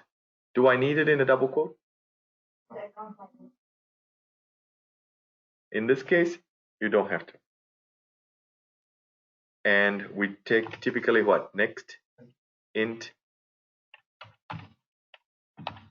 And we take the int bound and provide some sort of boundary. And maybe let's just say 999. So 3-digit we get, maximum 3-digit. That random number generated, here's the cell data, and they're gonna slap on the back of his shirt. And you will get that as an account name. Do you see that this account name is now the expected account name? Now we can use that as an expected. I don't think anything else is unique. It has to be unique, but account name has to be unique. So we don't have to slap this number on the back of description. We don't have to slap it on the back of the amount either. But if you want to do that, you do it if you have the time to do that. But right now, look, that account number is now randomized account number, which is going to go in here. And this time, it's not going to fail. So let's see. It's not going to say exist.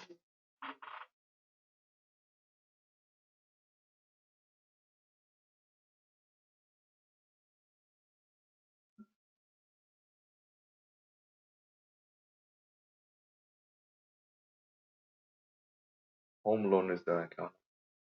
Got it? And it went all the way down right here. Now we're going to validate whether this displayed, and we're going to use dynamic web table format. All right? Okay. So how do we do that? There are many ways of doing this.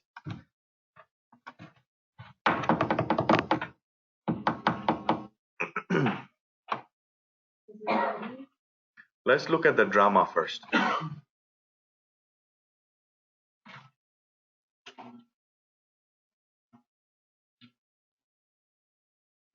After it hit submit, did it just take us directly in here?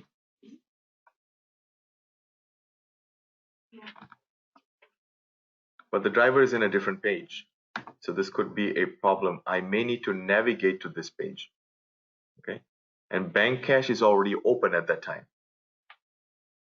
Yeah. So list account. you can navigate through list account and go there. Sometimes you want to just take the URL. Okay.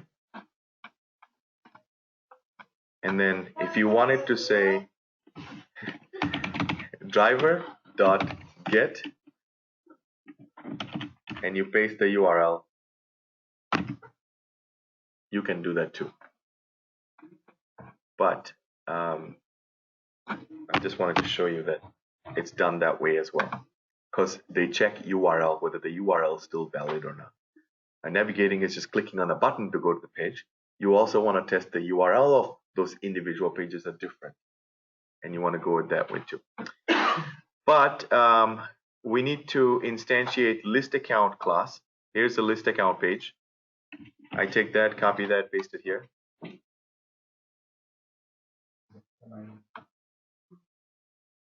Let's get access to a new account page, list account page.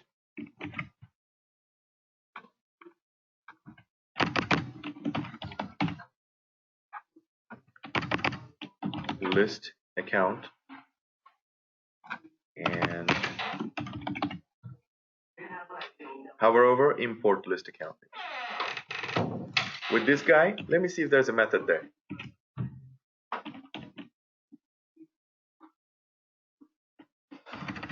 Okay, I'm gonna build all that, so it's there. But let's just navigate.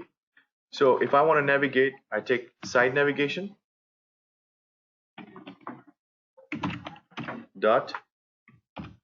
Is there a navigate for go to list account page? Have it, so just click on that, use it. So that will take me there. Even if it doesn't, for some reason the browser, the driver did not switch to, or this will help you out there. Okay, now we are in the list account page and we want to get the data and validate, make sure whether it shows up, and we also got access to this list account page. Okay. So let me see how I did this before. Just want to double check, because each time I start, it's like writing an essay. Can you write the same essay twice?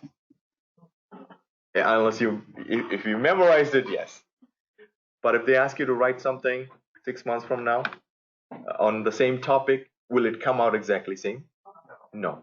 But will you convey the same message that you had last time? Yeah. Java code, same way. Each time I try to do it, it comes out differently. But I want to keep it the same, so I want to look at it and see what I did and how I organized it. So fill the form. I'm getting a list of data from a class in here.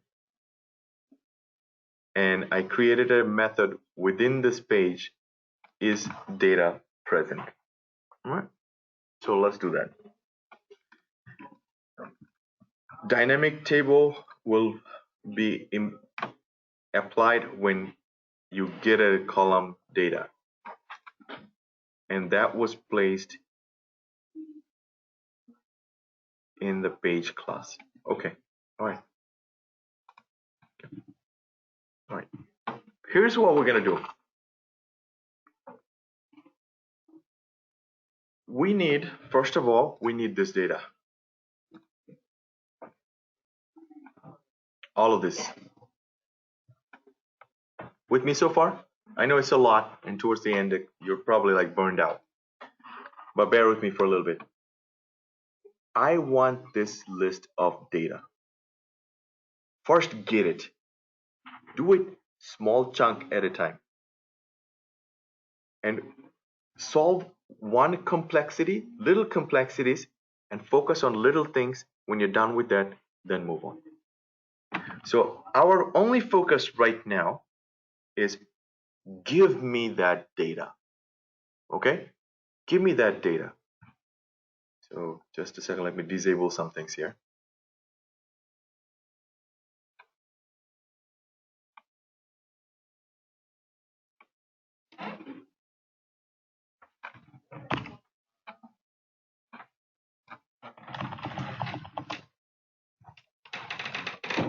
So I'm here.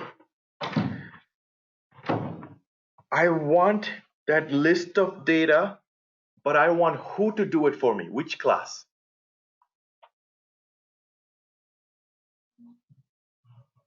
Where is that data located? In list accounts class.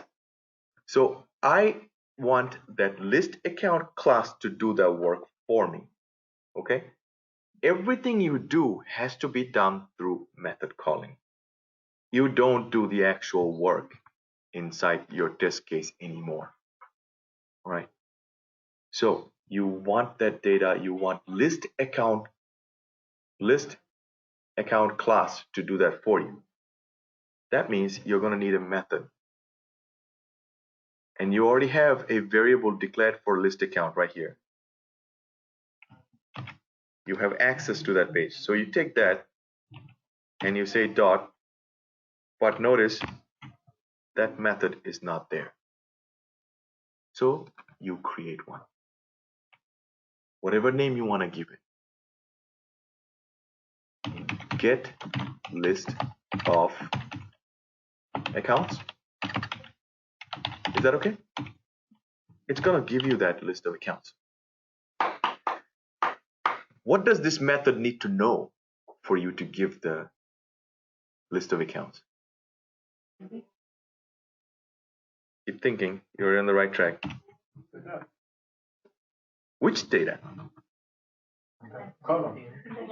Column. So don't you have to tell which column? So at minimum, you have to say, I want this column. I want you to look for accounts column and give me that data. So minimum, you gotta pass that information. Everything else, they will figure it out. So if with that same method, tomorrow you want a description, you can pass description. It's gonna give you description, column data. Understand? It's a very fluid method that you're gonna create. Now, so I go ahead and pass that there. In here, you pass in account. This is real engineering work, software engineering, okay? Now you're thinking in that way. Now, if you hover over, it's gonna say, I don't know what it is. It's not there. You can still go ahead and click here, create a method, get list of accounts. It's gonna create that method stub for you in that class. If you do it now, is it going to put that return statement in that stub? Yes or no? Why not? I think yes, because that's that. The answer is actually no, but I thank you for giving me thoughts. I like that. I like feedback. Here's why. Java is saying you are just getting that data, but you never wanted to store it. You created a method, but did you tell me you wanted that info back in this page? You never really did. But if you try to create a container and then say equal to this, then it's gonna know, oh, you wanted a data back from it. Right now, he doesn't know what you're doing. He's just looking at this method name. He's gonna create a method for you. He doesn't know what you're returning, does he? No. What are we returning? What do we want back? List of what? What data type? Data type? String. We want a list of string. So it's not, now we're not gonna create a container like this. String list. We're not, because string list, that's gonna give me what data, how much? I can only store one piece of info, but I don't want one piece, I want a list of pieces of all. So the way to do that is list. And with this list, in these two angle brackets, you have to specify what data type you want. Because you want string, you write string. Now you created a page a page of memory in the computer. Okay. It's gonna be like this.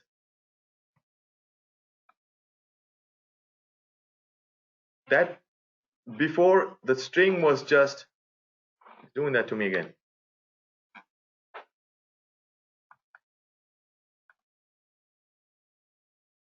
In the past, every time you declared a string, it just took one slot of memory space and stored one data. With this list of string, you have created a page, and it has a list of memory spot for you. Understand? Okay.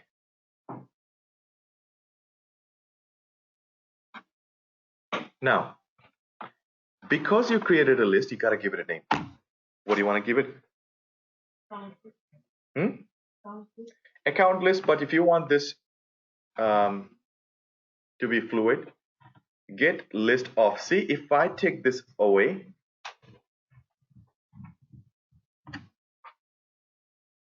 I made my method to take. If you pass account, it will give me account.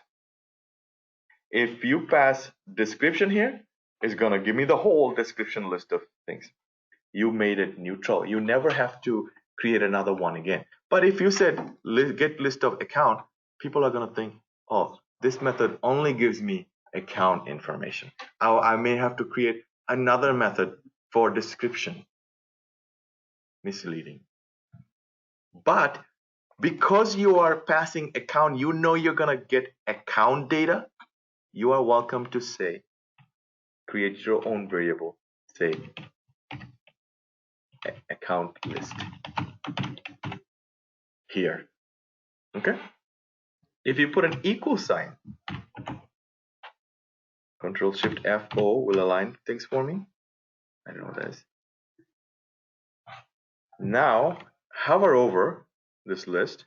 It's going to ask you to import something, and what you want to import, be careful, you want Java utility. And now hover over this.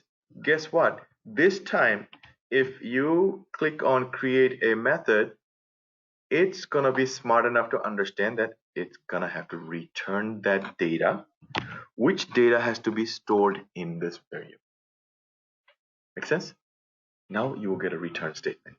So hover over, create, and there you go. It went to that list account page class. It created this method with a return.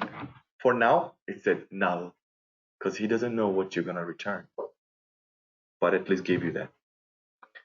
And look, what is he returning? List of string. And there's that method name you gave. So it kind of put all that for you right there. All right?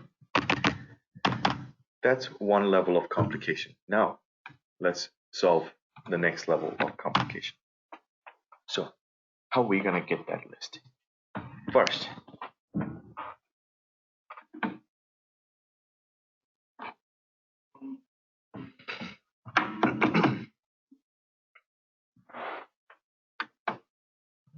for you to get this list of data, you also need a container to store this data.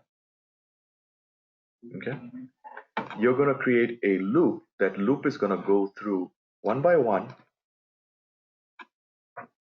and it's going to store it in a list for you based on the column header you give.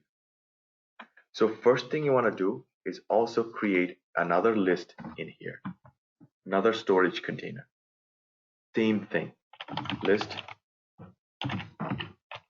of string, and maybe just call it list, whatever, because this is neutral. Remember, if I pass description, it's going to give me description stuff. Nobody needs to know what this name is. And now you say new, and you take this whole thing again.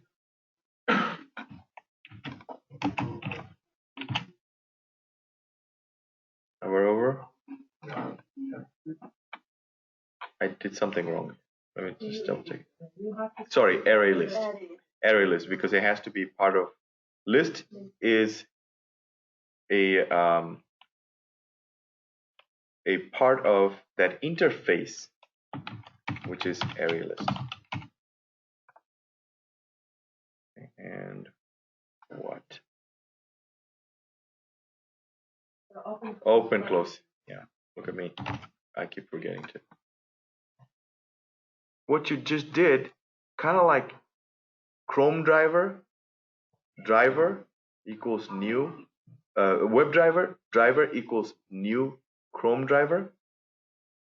You have created a list they have some sort of hierarchy, and it has to be done this way with list of string, give it a name, new, and you have to call it with an array list. You cannot say list in here. Okay. Now another list has been created in here, but it's empty. It doesn't have anything in it. All right. Next level is, before you start putting any data in here, you need to find what is the index for this guy. Okay? What is the index? So what you do is index, you can say int index. Some people call it header index. And put an equal sign. And this is where you have to solve another level of complexity. Okay. Instead of putting all the code in here to get that index, it's best to clump small pieces of code in different methods. And I highly recommend that you created a method that gives you that index. Okay. And you call it, we want this method to be in the same page. So you just name it whatever. Get what? Header index. You just give it a name. You have not implemented it yet. You just want to clump that code somewhere else. Hover over create method. It's going to do it right here for you. The method will also return an int. Now let's look at how we're going to get the header index.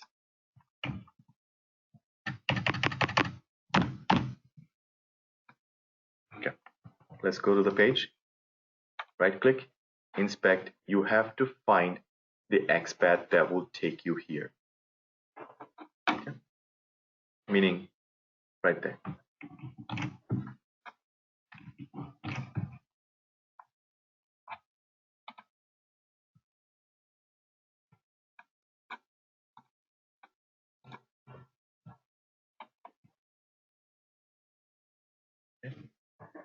So somebody give me XPath. Good job.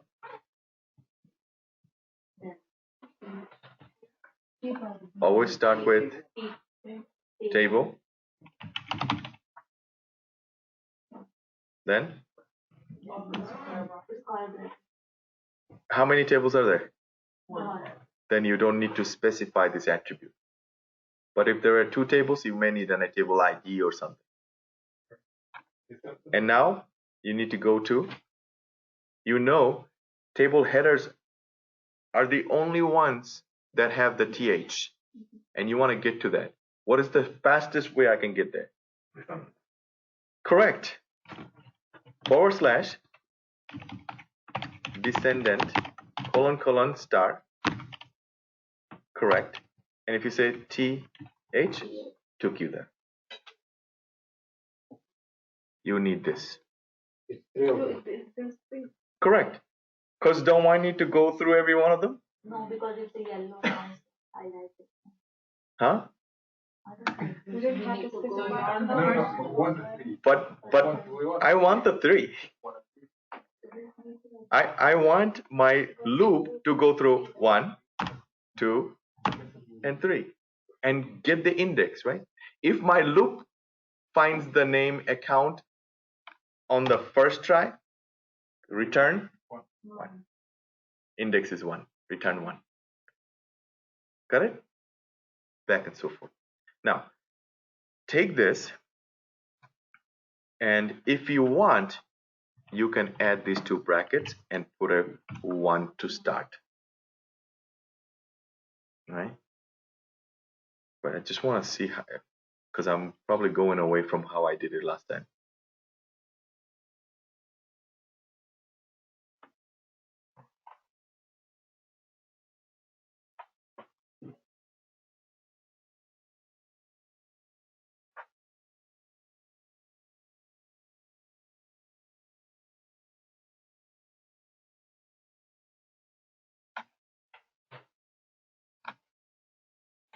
Yeah, we don't need that.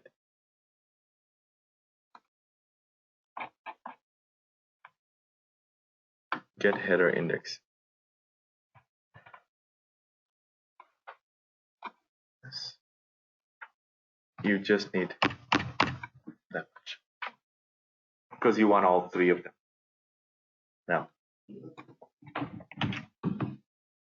in this, that's the web element you want. And how many you want? All of them. Today there's 3. If tomorrow there was 5, it would still give you 5. And that's what you want. What you do is you take those web elements and put it in another list. I'm sorry, I'm killing you. Web element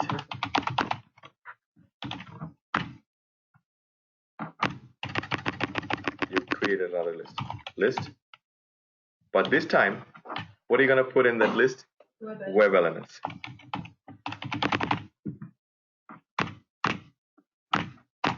How many is it going to get? 3. So this would be, you don't have to be specific here because it's inside the method. You can just say elements. Okay? Nobody needs to know what elements you're getting. Equals, because this is your implementation. How? You don't have to create one right away. This was like a create an empty. Yes. Driver dot find. Remember element and elements. Elements takes web. It stores in a list of web element and it takes many. You want that all of that. So you take web elements and by dot XPath. And we found the XPath. Got it? We got the 3 elements. Now let's play with it. In here, go ahead and do you want me to do a for loop or advanced loop? Whichever way you want. Just regular for loop, okay? For, open, close, in here. I'm gonna go through those loops and see what we can do. So int I, no difference, right? And we give it a value of? Correct. So int I typically 0, but our indexes start with what? 1. So can I just do 1? Because that will be my index.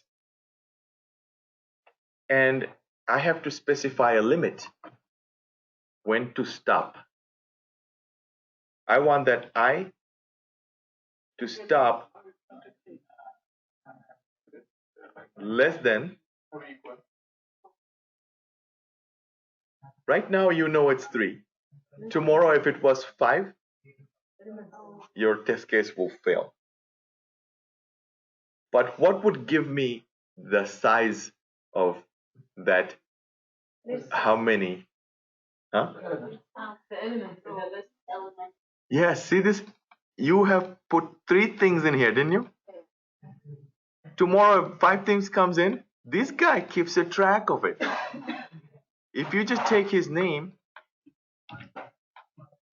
and say whatever the size is or length, I think it's size, either size or length, Why is it not doing that? Less than or equal to elements dot, there you go, element dot size. Are you with me so far? This is gonna give you that dynamic size. If you have 5 elements, this loop is gonna go 5 times. If you have 2 elements, it's gonna go through twice and check something, right? And I wanted to stop, I wanted that I to increment, so I plus plus.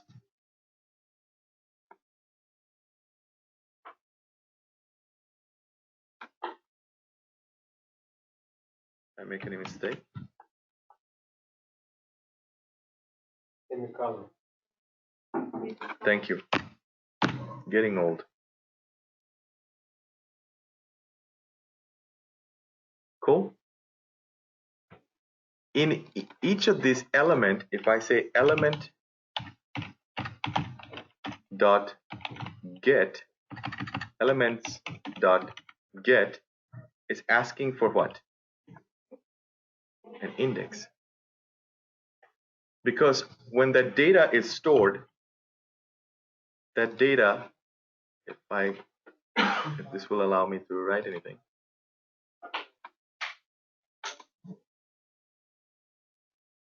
Oh,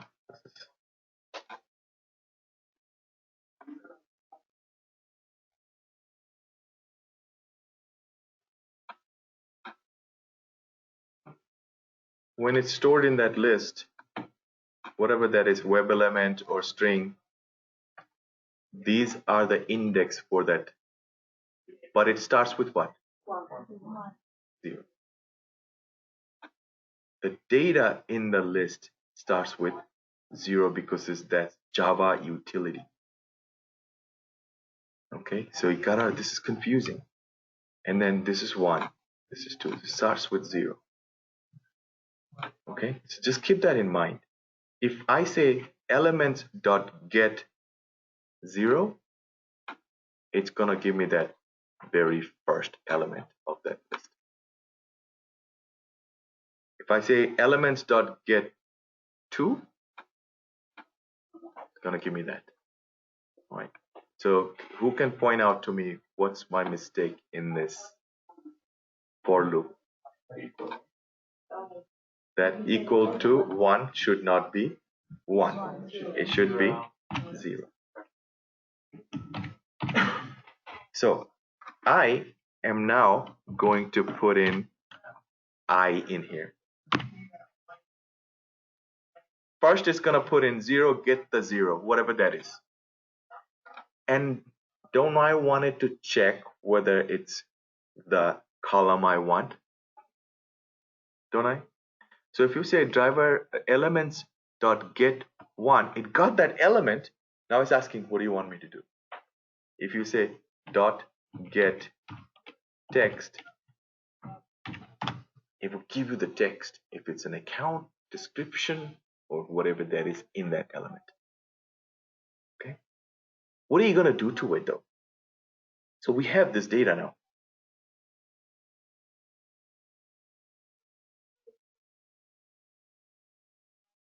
What do you want to do to it? So if this is, it goes to get 1 and then the first data comes out as account, I want it to return what? The index, right? I want it to return the index. But how would I do that? What kind of logic do I need? What Java code do I need? If. That's it. You need an if statement with this data. Okay? So here's what you're going to do. You are saying, while you're going through this loop, if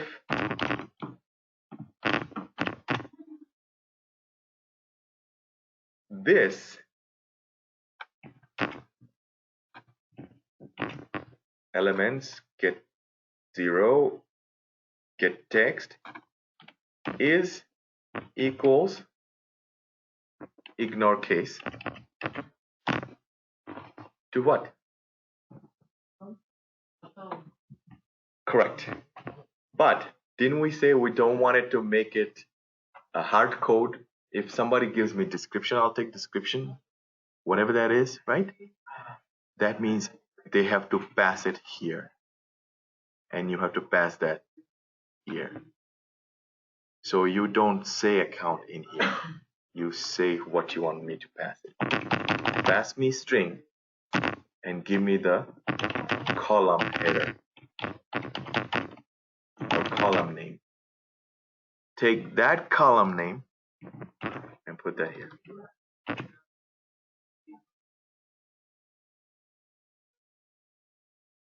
Now he's complaining. He's saying that method takes something and it didn't give me something. But this method is being called inside this method. He's getting list of string with column name right here.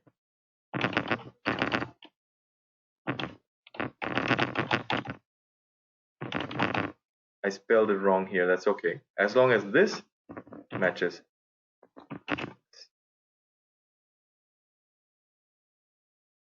That means, come on. When I pass in account, that goes here. That account goes here. That account goes here. That account goes down there. Right here. And that account, oops, goes right there and it compares. Okay? If that matches, I want it to return right here. Should I return I? If it's a 0 and account, if I pass in account, it's going to match. Do I want it to return 0? I plus 1. I don't want the 0 to give me, because then I can't index. There's no such thing as 0 for website. But for Java, there is. So you got to modify that a little bit and say just return I plus 1. Increase it a little bit. Okay? Anything else?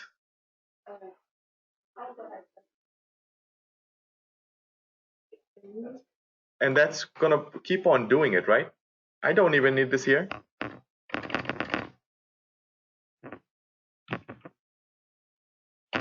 Let's minimize these lines. You don't need extra line here.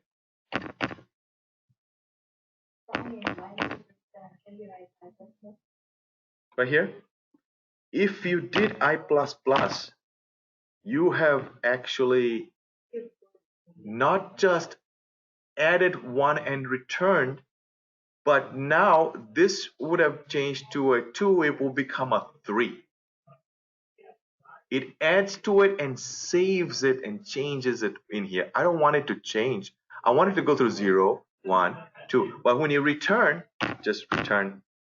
Slap 1 on the back of it and then return. But this I in this class, don't change him to 2. Let the Java do that his thing. Okay? That's what you want to do. When are you going to be finished? Only like 5 minutes? Yeah. Can you do it now or like come back? When you're done, yeah, don't let them out. And okay. Just do it now. Yeah. Making it hard for me. I was gonna take a break. All right, guys, how's everything? Okay, cool. Online people. All right. Are there people who are not here that should be here? All right, a couple of things, guys. Okay, first, badges. Okay, so everybody here, you guys need a badge. Okay, very important. You'll have accessibility 24/7. You guys need to key in with your badge. All right, guys, let's get back to it. Where were we?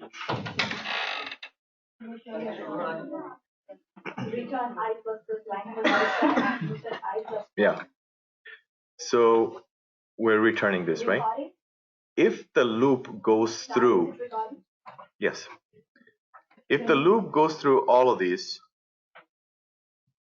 steps and it doesn't find matching name, what's going to happen? It will come to this line. It will go here first, here, and it's going to come here. We didn't need work there. You can. You can fail this from here, but I don't want to go there. I just want to keep it simple right now, but then the code gets more messy. Okay. But do you understand that? That it's going to look for, if you put my name there, Stein, and it's going to look for Stein, cannot find it, it won't return anything. But it will get to this execution, this line, and then it will come back here and it's going to return 0. But hopefully it's not going to happen. I'm going to leave it like that. You can do so much more with this later. If you take this return out, it's not going to like it. Because Java is saying, this is going to return an int, and you have a loop. What if your loop doesn't match and doesn't find anything? I must return something. In that case, this is your backup return, which you will never have to use, hopefully. But if somebody passes, instead of account, they pass like Kamal, then it's going to return 0. And that's going to fail your test case somewhere else. Okay? All right. Now that we got this, yes. The I should be less than the size, not less equal. If we start from 0, then it has to be less than the size. Correct. Because if this is 3, on a 0, it's counted as 1, and then 2, 0, 1, 2, 2 is becoming 3. If you say equal to it, it's going to try to go one more time. Yeah, it's going to be 4 times. And then it's going to give you an exception, failure exception called array index out of bound. Okay. I'm glad you brought this up because this is sometimes interview questions. Okay. And AP did teach you this, right? Yeah. Okay, so now I don't want to spend any time on this. Okay. All right, good, good. So get header index. This whole method already gave me index for that header. Good. Okay. Now let's get the data for that column and put it in here. You need another loop. You can do another for loop. Just understand that for you to store data in a list, you have to use loop. Because you're looping through that page and writing it down, that grocery list, each line by line. So here's your loop. Again, call it int I equals 0 if you want. Is I or the header?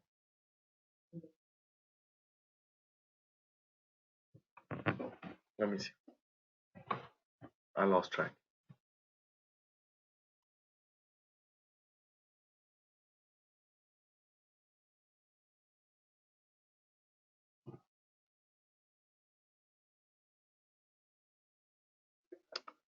Okay, well, we're gonna have to create, get back to this. Looks like what I did was I also created another one, another web element, list of web elements.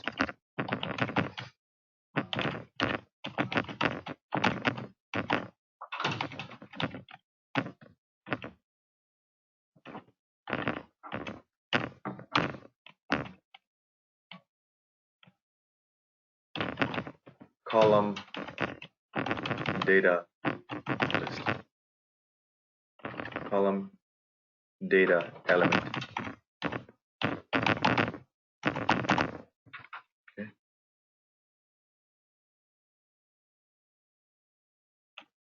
And what we try to do is we try to catch this data.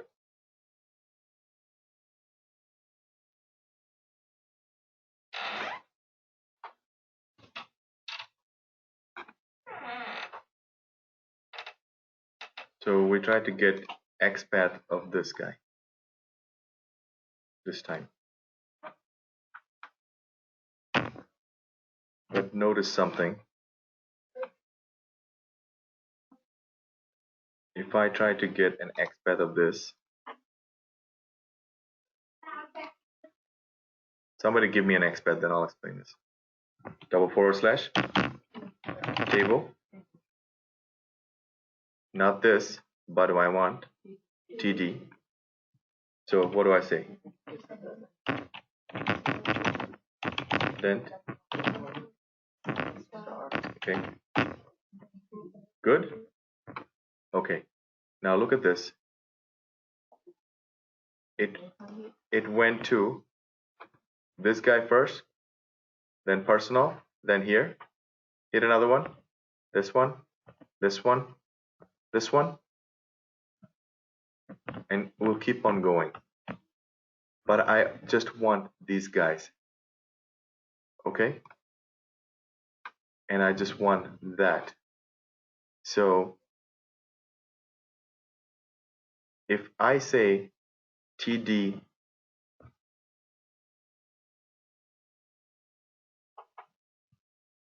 can't explain this for some reason, I don't know. But let me just type this first. I got this TR, table row. I need to go through each row. Yes? And then I need to go through certain data. Yes?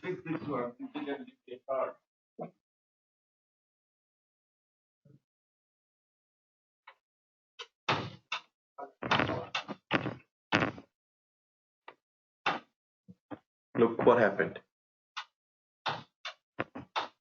Does that now go through just that column?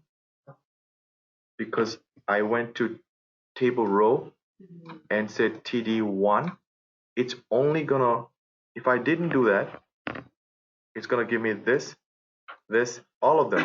It's gonna go through, look at this. Okay?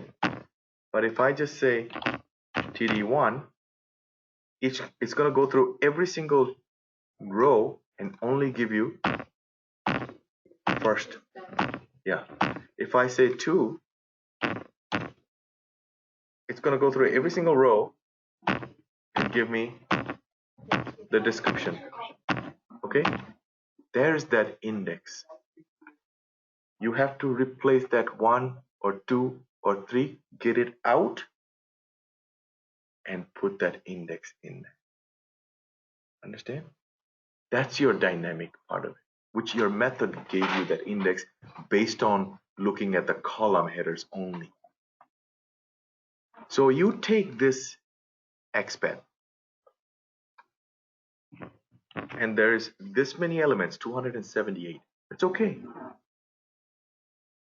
Actually, you want that 276 elements. That's gonna be how big your list is. And this could change tomorrow. It could be more or less. So you take this, you know that you're gonna have to change that to, copy it, come back in here and say driver dot find elements by dot XPath.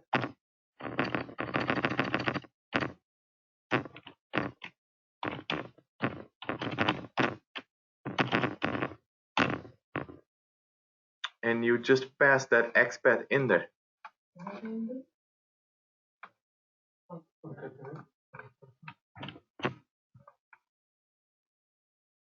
But did we say if I just keep it as 2, it's always gonna give me what? Description. I don't want that. I want that to change. based on the column name you gave me. Okay. So if I take that true off and I have to concat it, let me just bring it down here so you can see better. You just hit quotation plus plus quotation. Eclipse adds one extra, delete that. Inside this plus, who can tell me what's gonna go? What variable will go in here? Correct. That's where we got the index. This method gave us the header index. That's gonna be either 1 or a 2 or a 3 based on what you provide. So if I take that and paste it in here, it will only give me elements that have the header index that matches the column name. Okay. Just understand it, okay? You will not remember it. It took me a week for my first at my workplace to do dynamic web table. Right? So it's totally okay. And it's totally okay that you're unsuccessful in writing this automation part. You will still get a job and you'll still make it. You'll still survive. They will not ask you. You just need to utter some keywords. Can somebody volunteer to tell me? So how do you handle dynamic web table? Just give it a shot. Come on. Yeah, you're in the market, you have to. Come on. Give it a shot. We can create a list to store all the column data. Then by doing for loop, we can create another. First of all, we have to create a method to get the header index for this specific column. Then inside this method, we have to loop until we get the index by doing if statement. Then after that, we call it in a method to get to store the element in the list. Awesome. That's it. If you just say header index, that's their button. You just press the right button. That's it. I have a method that gives me the header index. What do you pass into that method? We pass in the column name. Whatever the column name, I'm going to give it to the method. Method is going to give me the header index back. With that index, I go into the table and get the list of data. Done. Okay. If you can say that much, you got the job. Okay. And they will know what you're talking about. And if they ask you, can you tell me how, then give more pseudocode that you have to use a list to store the web elements. If it's getting the column header, you store the column headers in a list of web elements. You create a loop to go through every single one of those column headers. Okay.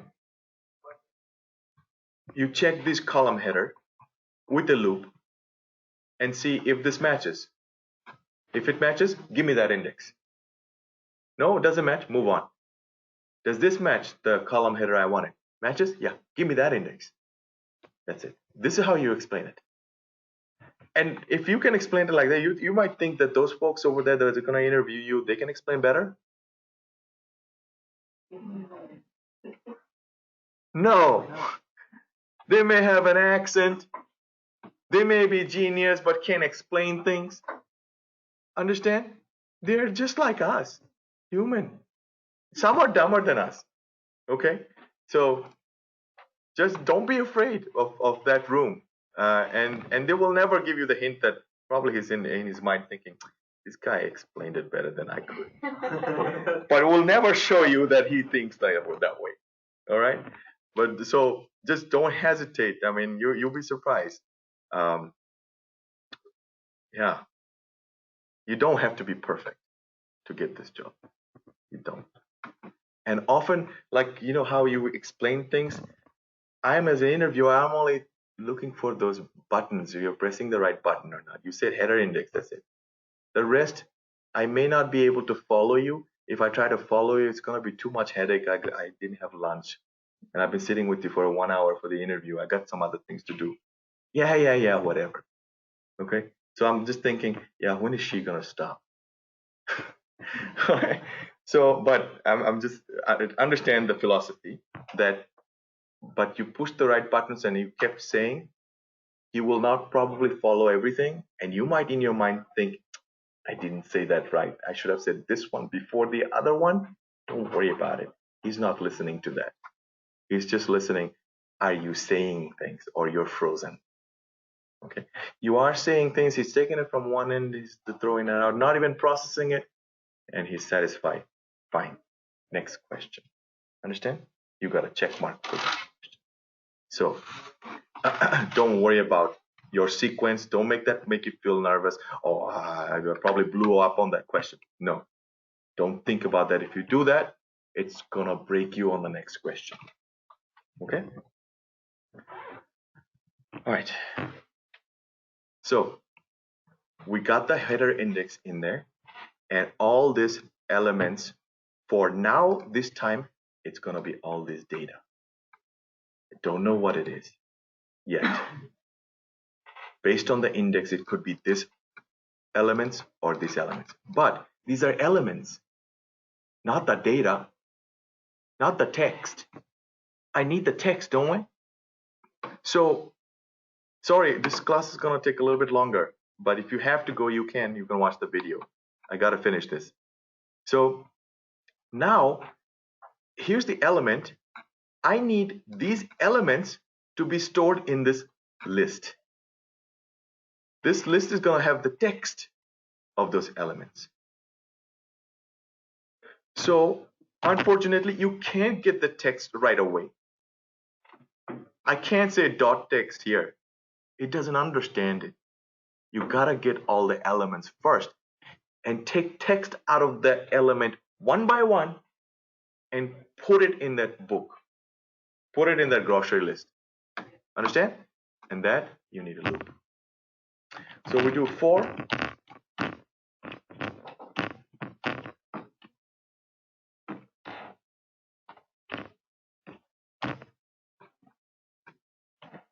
int I equals 0. I is less than. I like it 0 and then less than. Works best. Or if I do 1, I have to do -1 here. It gets complicated. Here's where you want the loop to stop.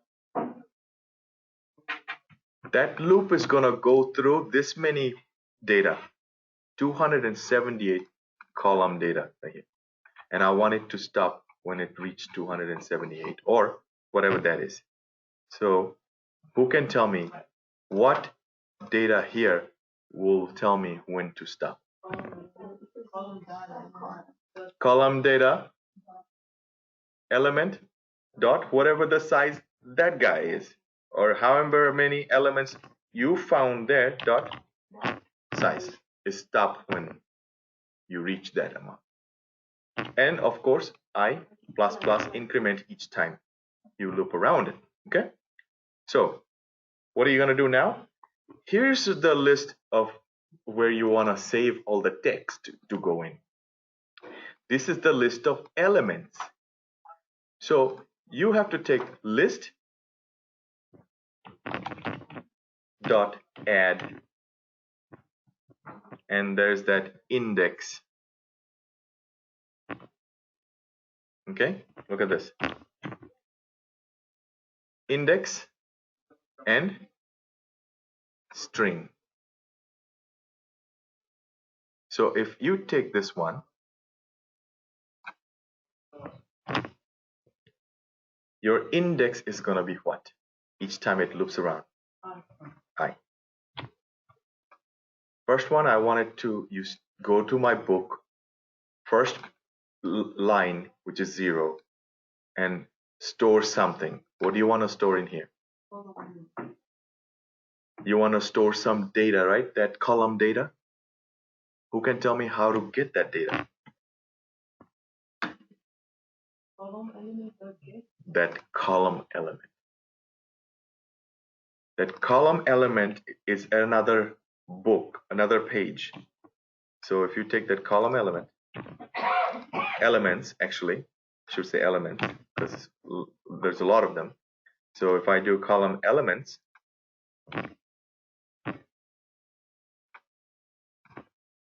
dot what? Get what?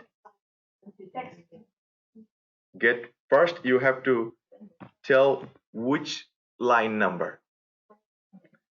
So you say get index, and index would be same I, whatever that I is at the time. It got that first element for you, but still not the text.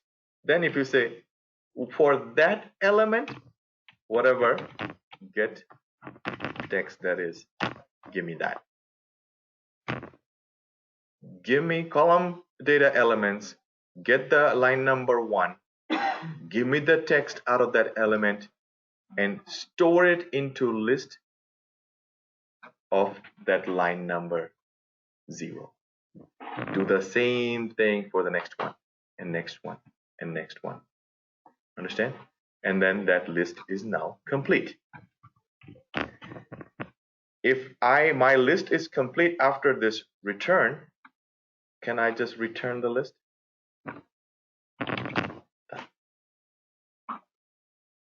Okay? Now, I got the list.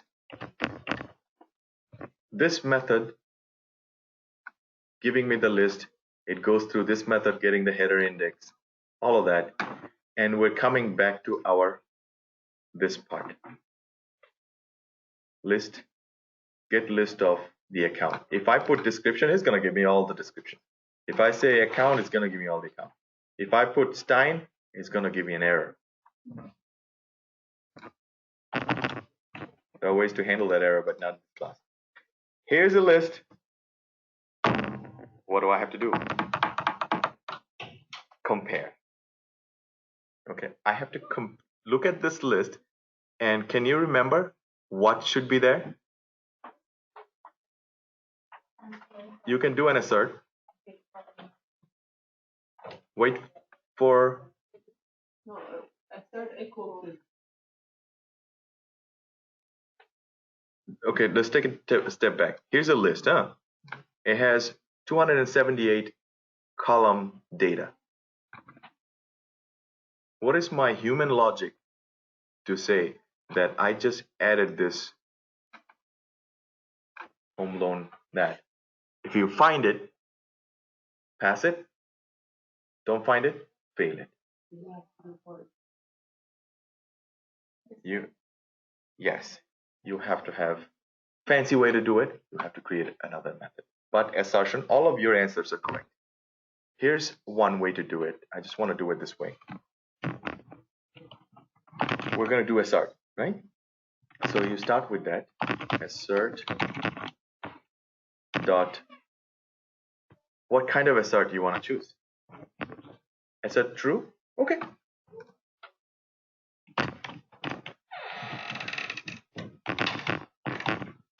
Assert true.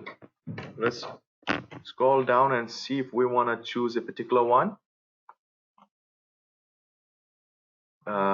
Maybe Boolean condition and a string. This one. Okay. Yeah, I don't know if there's any difference. This is easy. If it fail, what? Oh yeah, I see. That's the message.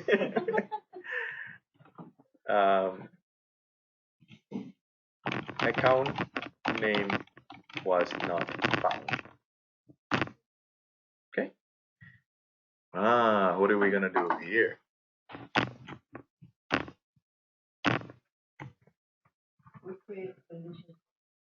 This, correct. This is gonna require what kind of data type? Boolean. True or false. If it's true, we're happy. If it's false, it's gonna shoot out this message to you and fail the test case. So I need some Boolean This Boolean, I need a method. Everything is a method. Okay, this method, it's going to do what? It's gonna take that list, take this list that I got here, and compare what? This guy, this account name that we say. Okay, so let's create a method. Can you give me a name for the method? Any, but meaningful. Give it a shot. If the method is returning true or false, it should start with what word? Is. Present. Is it not? I like the word present. It's what present? It's the account name. But that becomes only for account. What if I do description next time? Header column name. Is it the data? Is data present? Data exist? Okay. Open, close, leave it, gives you an error. If you resolve that error, it says create method is data exist. Because you put it in this context, Java Eclipse is smart enough to understand that it's gonna have to return, give you a return type true or false. So it will create it that way for you. So if I click here, look at this. There's that Boolean. By default, give you false, but you have to change that. Okay. Now what will you do to it is another question. Let me just delete this for a second. I forgot something. If you say is data exist, you never say where and what. What are you comparing to see if the data exists? What? A, expected data. So take that and pass it.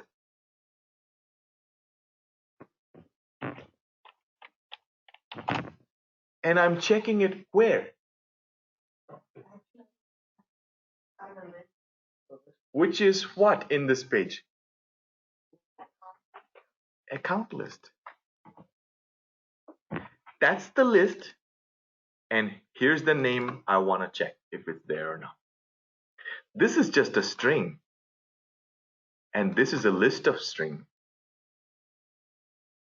And so you take that and you put it in here. Okay, Control Shift F4. And now that method, you gave one name and you gave a sheet of names. The method is gonna take this one name, go through the sheet of names one by one. What kind of Java logic do you need? Loop again. To go through one by one and check and give true or false. Okay, this is just gonna give me true or false. So you give this data, hover over, create this method. Guess what? This time it added those things for you. Look at this. He knows you passed this guy. He was a string, one data. And you passed this guy. He already knows that's not one data. It's a list of data. So that's the data type and gave you a default name. Made it for you. Keep it that way. Or you can change it. I'll change it. I'll just write it the same way. Account name or expected data at this actual list. With me? How are we gonna do it? Take this, delete this. We know we gotta do a loop, correct? To go through the list. So again, for int I equals what? 0. Always close your eyes and 0. And I, close your eyes, less than. Don't worry about any other logic. Okay. Less than what?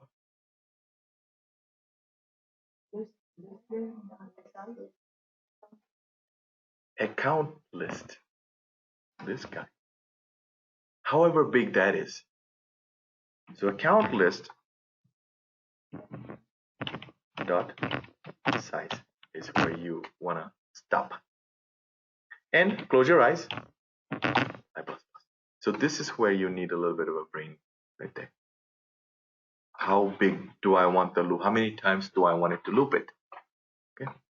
Now, let's say it loops the first time. What logic do you want to give? What Java logic?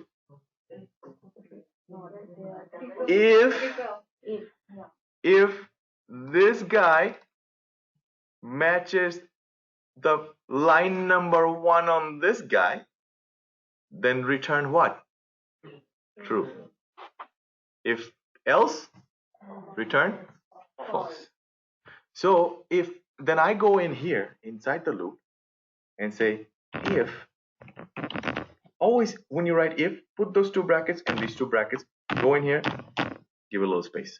Then you think what you're gonna do. So if, however way you want to do it, you want to say this one first?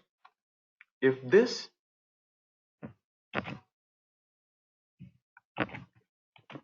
dot equals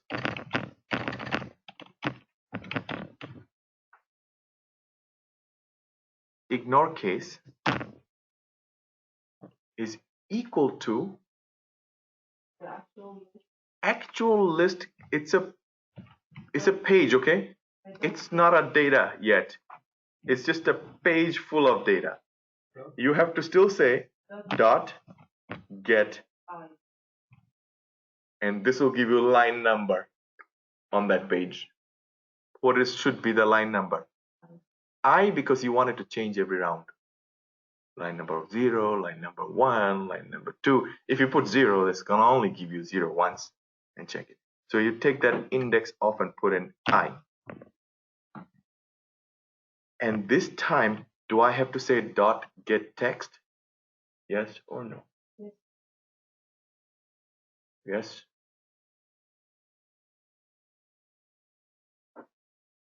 No, you don't need, because you started as string. Correct.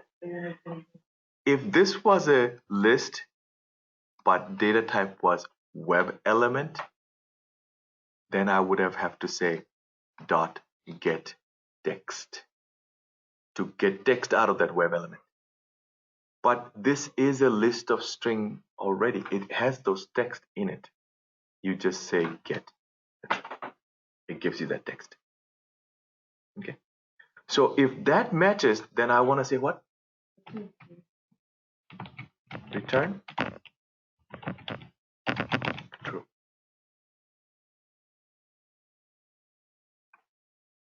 Now, if I say else, return false. Sure, I can. Does that mean you can take this off? Not gonna work. Java wants this some sort of return outside of any logic. Well, then in that case, if I have to keep a return outside, then I don't even need this. Let him go through the loop. If he can't find, after going through 278 lines, he's going to come back right here. Then he's going to come here. Then he's going to come here and return me false. Same thing. Right? Less code is best. You don't need that extra code. But if line number 15, it found a match, and he's gonna come inside and he's gonna return true and never get to line 54, 55, or 56. Once you hit return for any reason, it's game over. Method completed its task and done. With me? That's it. This is data exists right here. We'll provide this, and it's going to pass or fail. Are you ready to run this monster? Let's see, F11. We're gonna also fail it and see how it works. If you want me to debug it, I can do that too, and take you step by step.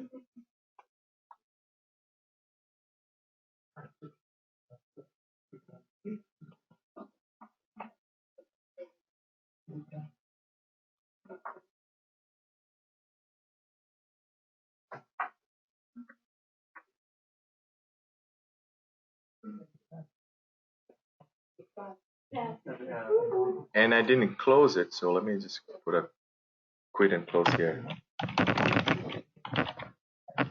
Close first, right?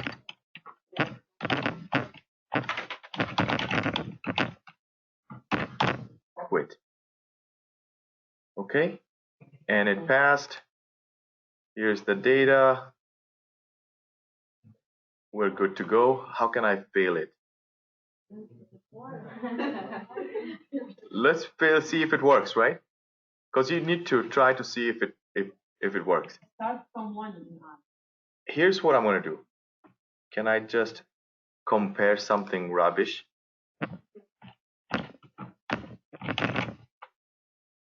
Okay. Expected thing, I just messed it up. Suppose the website is broken. So you test it like that to see if it, and it's going to quickly close out too.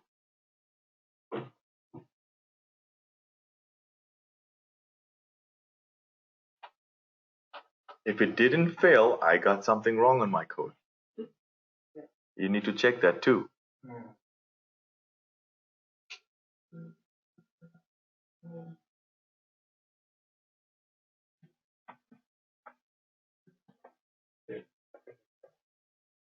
Why is it not closing? Maybe you have to try. I tried to, it's not closing. Because it's still. Because it fails. So it's not gonna close. So who remembers? You have to do @ after method, and then here public void close, let's say, and bring this code in here. Then in that case, even if it fails, it will close and import after method, right? So let's fail it again. Let's see if that works. Can you upload this project? Yeah, just give me this evening. On video or with again?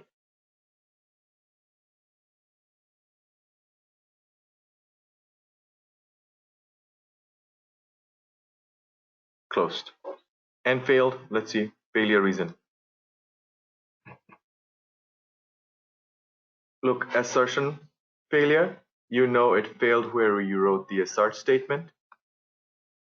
Account name was not found. Did not expect to find true but found false. Not a good assertion. Another one says expected this, did not find or something, but it didn't give you the text information.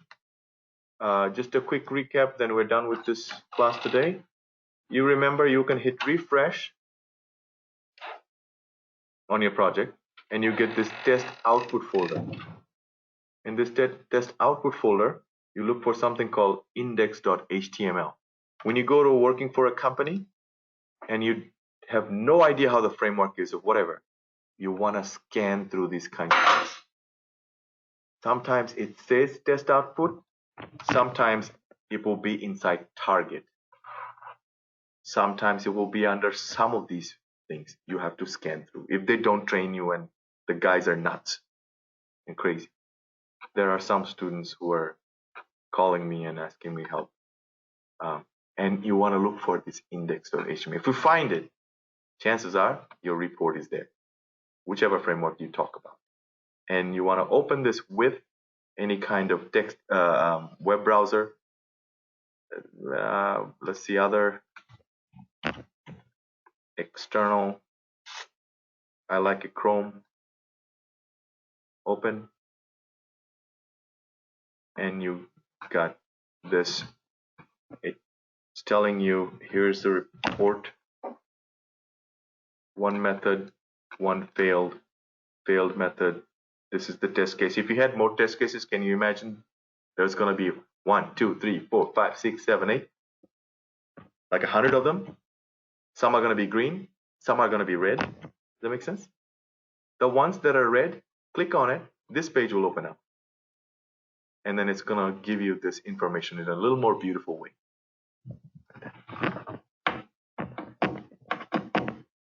Question before we end the class? Well, at work, there will be like so many methods. Maybe somebody has already created this table and we don't have to go through so much. But how would we know? Because like there's so many names and it's very hard to find out. And we might end up putting our brain into it and not even that somebody has already created. A automation framework is like a huge building, okay? And you just got a job in that building. It's a 50-story building. Are you gonna know what's in every single floor in one day? And are you gonna know in every single floor there are doors, there are rooms? What's in every single room? And your boss, you work as a clerk, let's say, you're supposed to go get stuff from different rooms. And your boss tells you, hey, first day of training, this on that floor, on this level, in this suite, there's a file cabinet, and we have these accounts receivable files in it. So you need to go get those when you work on that and stuff like that. Are you even gonna remember all that? After he's done through it, you are overwhelmed. You're gonna be slow, sluggish. It's for everybody. Even if I go working for a new company right now, I'm gonna be same as you are. I'm gonna be like deer in front of a headlight. Slowly, over and over, what you do is you go to that floor. When my boss said, okay, let me go check it out. So you take a tour. You go to the floor, open this door. What's in here? What's this? What's that? No, what is that? You be nosy, okay? Some you're gonna understand, others you're not, okay? I get this part, but I don't understand that, but I know it's here, okay? If I need to, I might. If I click on you later on, when you understand it. So once you go through all that, keep doing over and over. Some you're like, oh my God, this room is like mud, dark, and I don't see anything. I don't understand. Scary. It's okay, you pick and go, and I'm not ready for it. That's fine. I'll come back next time. Let me play with this that I get. Okay. So you get yourself familiarized with this. You click on method, click on method, click on method. That's how you go. Two ways. One, first thing, you go into the frame and you play with it. You open this, you double click that, you look at the code, you double click that, you look at the code, there's more files, you saw it. These are your floors. You need to know first what floor has what. Inside each floor, there are different rooms. After you have mastered what floor has what, go into get an understanding of what room is there. There's a list account room. There's a login room. Get familiarized with that. Because guess what? You're going to be running through these rooms. How? If you just hover over and click here, or look at this.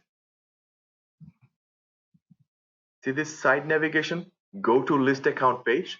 If you hover over, this is your elevator. This elevator is going to take you to this room. Understand? So if you go here and take this and click on it, it opened. Look at this. You are already in that room. Then you see a method and you don't understand, you control click on it and then see where it took you. Okay? Explore through that page. All these pages are like ball of wires somehow connected. One method calls the other and another in another place, but there is a uniform set of rules that framework uses to store things in different places and go and get it through these elevators by control clicking.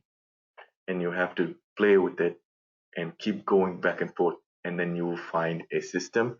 Your brain will develop a visual of where is what, and then you're done. And then you will know exactly where to put it. The framework is in your head now. Okay? But it's gonna take you time.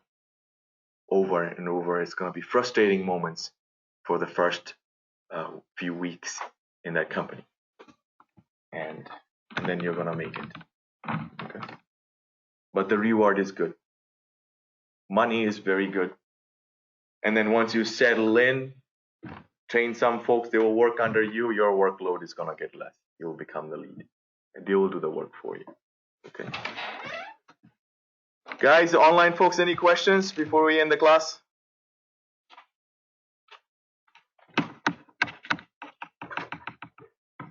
In class, any questions? We need to digest. Hmm? We need to digest all this. Yeah, take your time. Are you okay with your homework? Here's what you should do. If you really want to challenge yourself, session 9. No, this is too easy.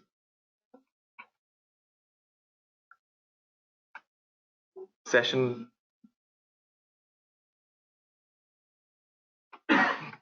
No.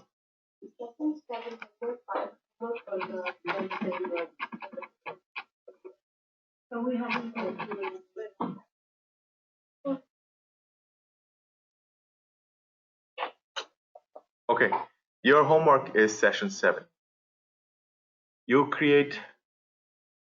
Oh no, this is add new account. I just did this, right? I just did this. Can you do this? Automate this test case. I'll put something on there this week. So if you want to come back and check it out. This test case of add a contact. This has a little more extra fields. Add contact here. Hit submit. It's going to come to list contact. You're going to have to do it in the framework. If you can, use Excel and mimic exactly what I did. If you don't have the time, just play with it. Okay? Just do something. And if you can just kind of touch and look at the dynamic web table format, how I did, and maybe just type. Look at the code on the side and keep typing yourself and see if you can make it work. If you can make it work, you'll remember so many things from that. That's good enough for now. Okay? So you are gonna basically kind of copy paste things. Maybe watch the video and do what I am typing in. Make sense to yourself. Slow down the video. Pause. Do it. Come back another day. Carry on from there. Whatever you have to do. But if you can recreate exactly what I created with Excel and stuff, that will be my level 8 of your achievement. And worst case, at least go in there and spend some time. Okay. If you don't touch it at all, next weekend is going to be tough for you. Because things are going to get a little more messy. Organized, but complicated. All right, guys. Thanks very much. Have a wonderful rest of the weekend. I'll see you next weekend. Bye.